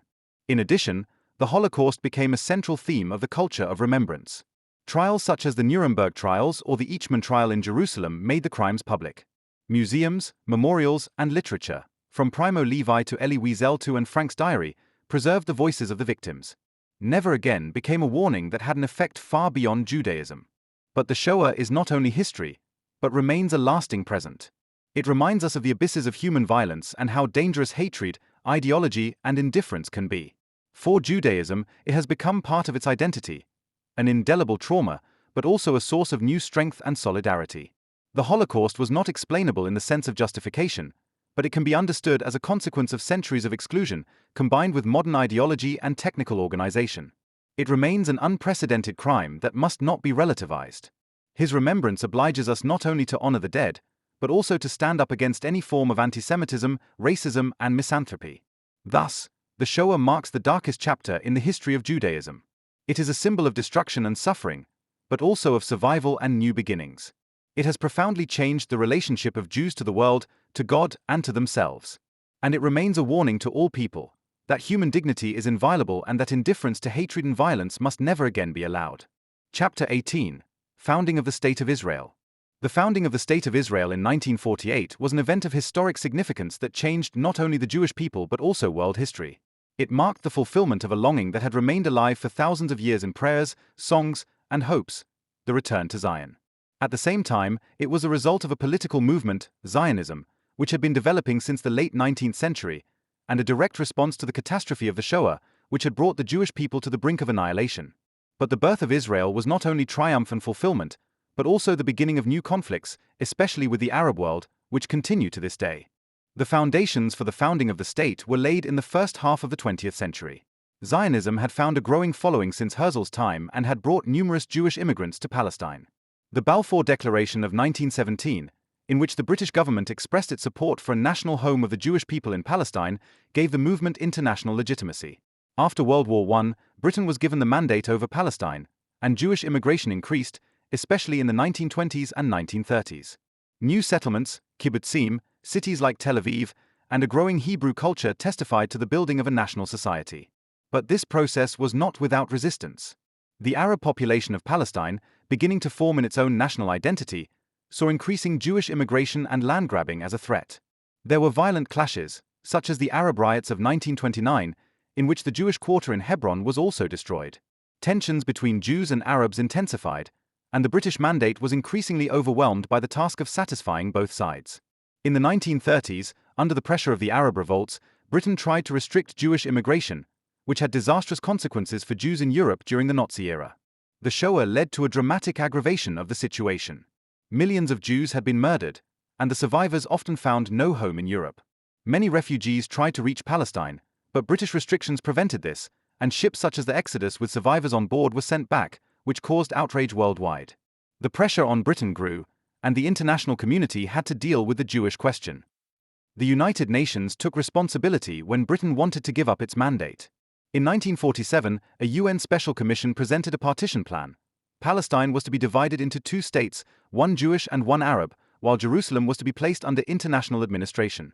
The Jewish leadership under David Ben-Gurion and the Jewish Agency accepted this plan, even if it did not fulfill all wishes, since it at least laid the foundation for a state of its own. The Arab side, on the other hand, categorically rejected the partition, considering any form of Jewish state in Palestine illegitimate. On November 29, 1947, the UN General Assembly voted in favor of the partition plan. Cheers erupted in the Jewish communities, while the Arab world reacted indignantly. On the same day, violent clashes between Jews and Arabs began in Palestine. The situation escalated, and civil war broke out.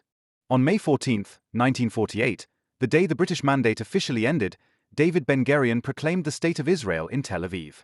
The Declaration of Independence emphasized the Jewish people's historical connection to their land, referred to the catastrophe of the Shoah, and promised equality for all citizens, regardless of religion, race, or gender. The meeting in Tel Aviv was characterized by a solemn, but also tense and expectant atmosphere, because it was clear to everyone that the new state would immediately be drawn into war.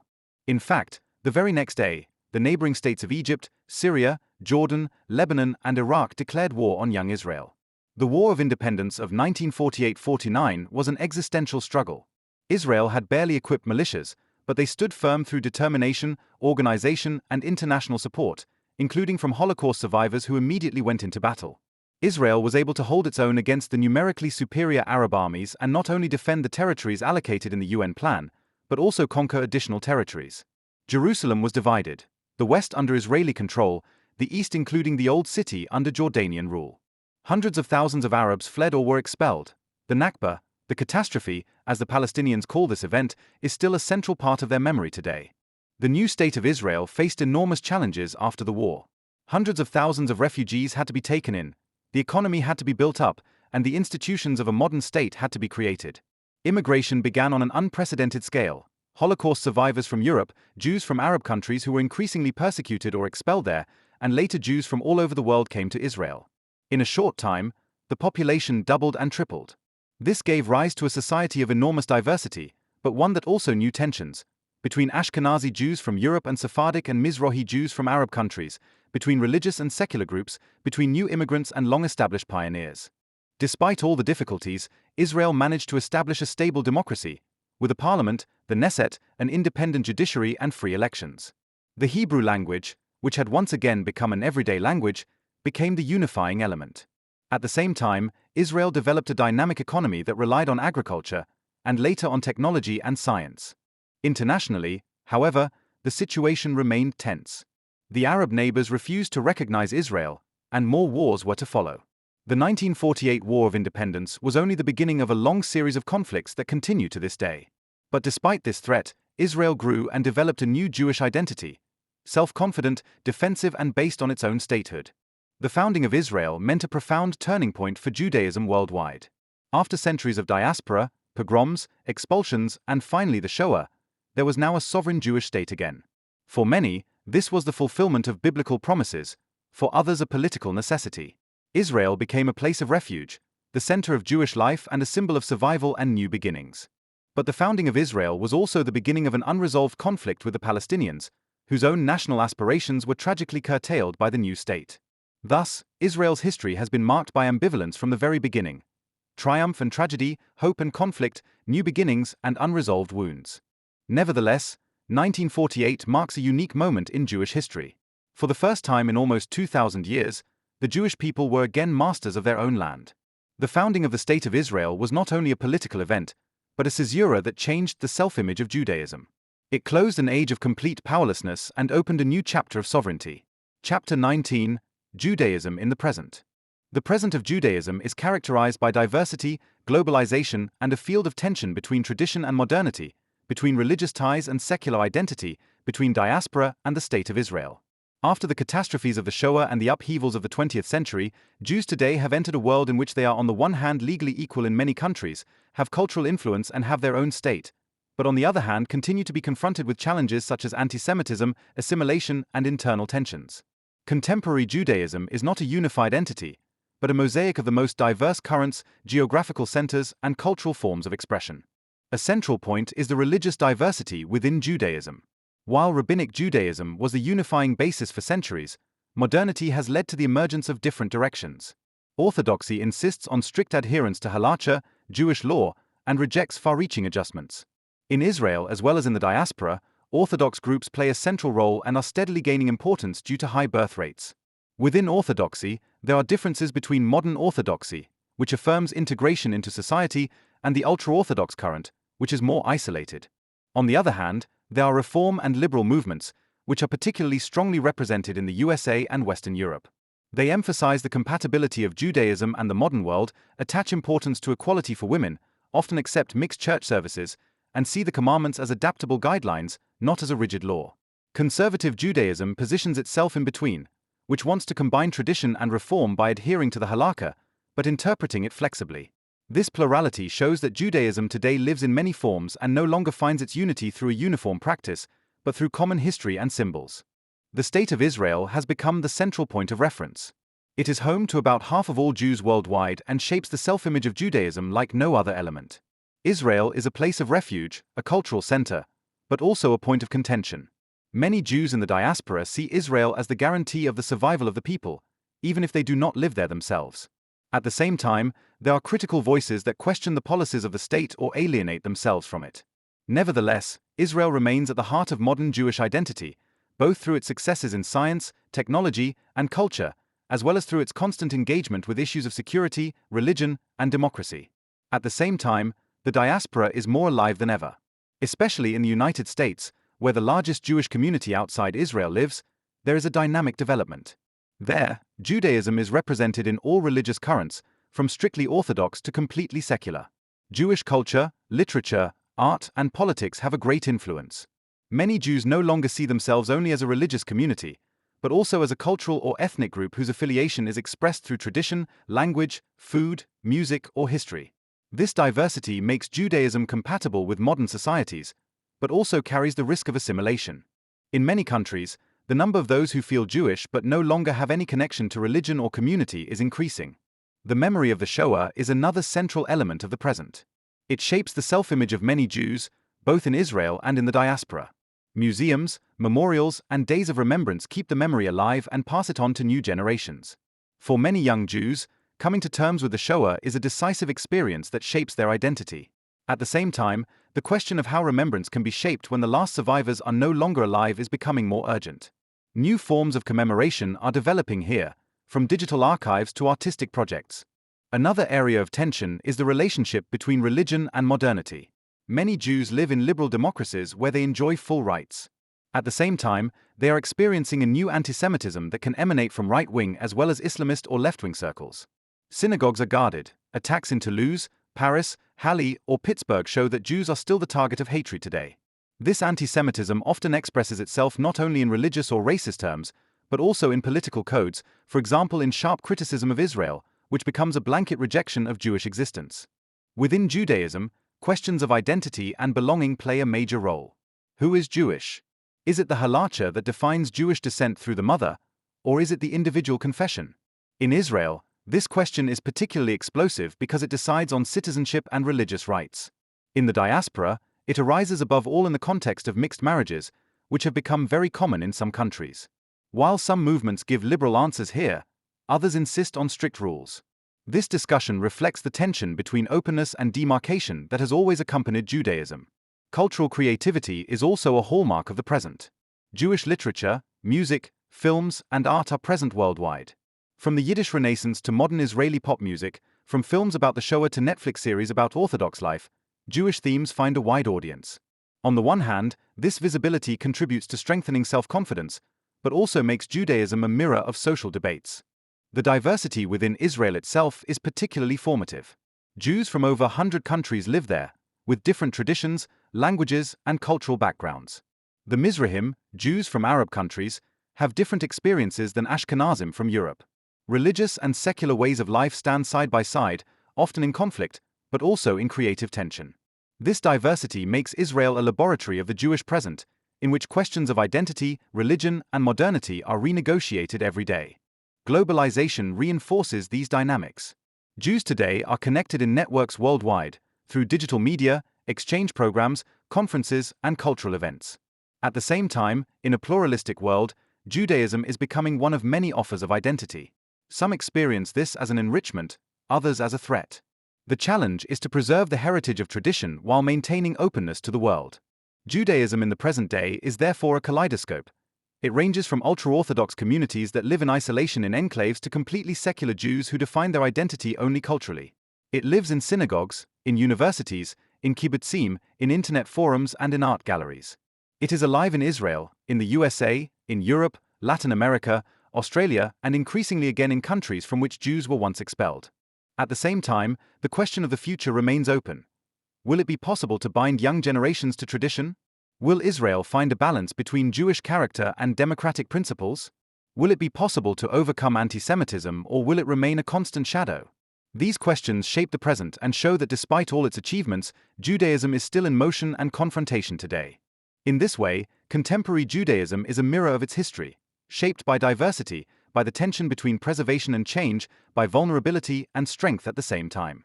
It shows itself as a religion, culture, people, and nation that is connected across continents. In this diversity lies its vitality, which has enabled it to survive millennia and to remain alive even in the present. Chapter 20: Future Perspectives of Judaism. Judaism, one of the oldest living traditions of mankind, is currently at a crossroads shaped by globalization, social change, and technological developments. After a long history of persecution, expulsion, and rebirth in the State of Israel, the question of how Judaism will develop in the 21st and 22nd centuries is of particular importance. The future prospects of Judaism cannot be pinned down to a single direction, but rather result from a variety of dynamics: religious diversity, social challenges, geopolitical tensions, but also cultural creativity and the ability to reinvent itself again and again. One of the biggest questions concerns the relationship between tradition and modernity. Many Jews around the world see themselves in secular societies that are no longer religiously influenced, but emphasize individual freedom and plurality. For religious Jews, the challenge is how to live the observance of the halacha, Jewish law, in a world full of choices. Orthodox communities in many countries have sealed themselves off in order to preserve their traditions, while liberal movements are trying to interpret the commandments flexibly and combine them with modern values such as equality and inclusion. In this tension lies a possible future: that Judaism does not merge into a homogeneous unity, but remains in its diversity, with a spectrum ranging from strictly orthodox to completely secular. A second central question concerns Israel. Today, the state is home to about half of all Jews worldwide and shapes the entire Jewish identity through its politics, culture, and security. Israel, however, faces complex challenges. The unresolved conflict with the Palestinians, the tensions between religious and secular groups, the integration of the most diverse cultural traditions of Jews from all over the world. The future of Judaism is closely linked to the future of Israel, but it is not a matter of course that Israel will remain Jewish and democratic at the same time. This will decide whether it will be possible to find a balance between religious identity and modern state principles. At the same time, the diaspora remains an important factor. The United States, Europe, Latin America, Australia, and other parts of the world are home to millions of Jews who are integrated into their societies while looking for ways to preserve their identity. In the United States, assimilation and intermarriage can reduce the number of people who feel actively connected to Judaism. But at the same time, new forms of expression are emerging: cultural festivals, Jewish university courses, digital communities, and creative forms of religiosity. In the future, the diaspora could be shaped less by strict religious practice and more by a cultural ethnic identity that is expressed in art, language, food, history, and memory. The memory of the Shoah remains an essential part of Jewish identity, but it changes over time. With the death of the last contemporary witnesses, the question arises as to how the memory will remain alive in future generations. Digital projects, virtual reality experiences, educational programs, and artistic explorations could play a central role. The Shoah will continue to be a moral reminder, but the forms of commemoration must adapt to the media and modes of communication of the future. Another future perspective arises from the possibilities of technology. Jewish life has already changed through digital media. Online worship services, virtual learning platforms for Talmud study, worldwide networking via social media and digital archives are part of the present. These developments could intensify. Perhaps artificial intelligence and virtual reality will enable new forms of religious practice that transcend the boundaries of space and time. At the same time, the question arises as to how authentic such forms are and whether they can replace or complement personal encounters in the congregation. Demographic development is also decisive.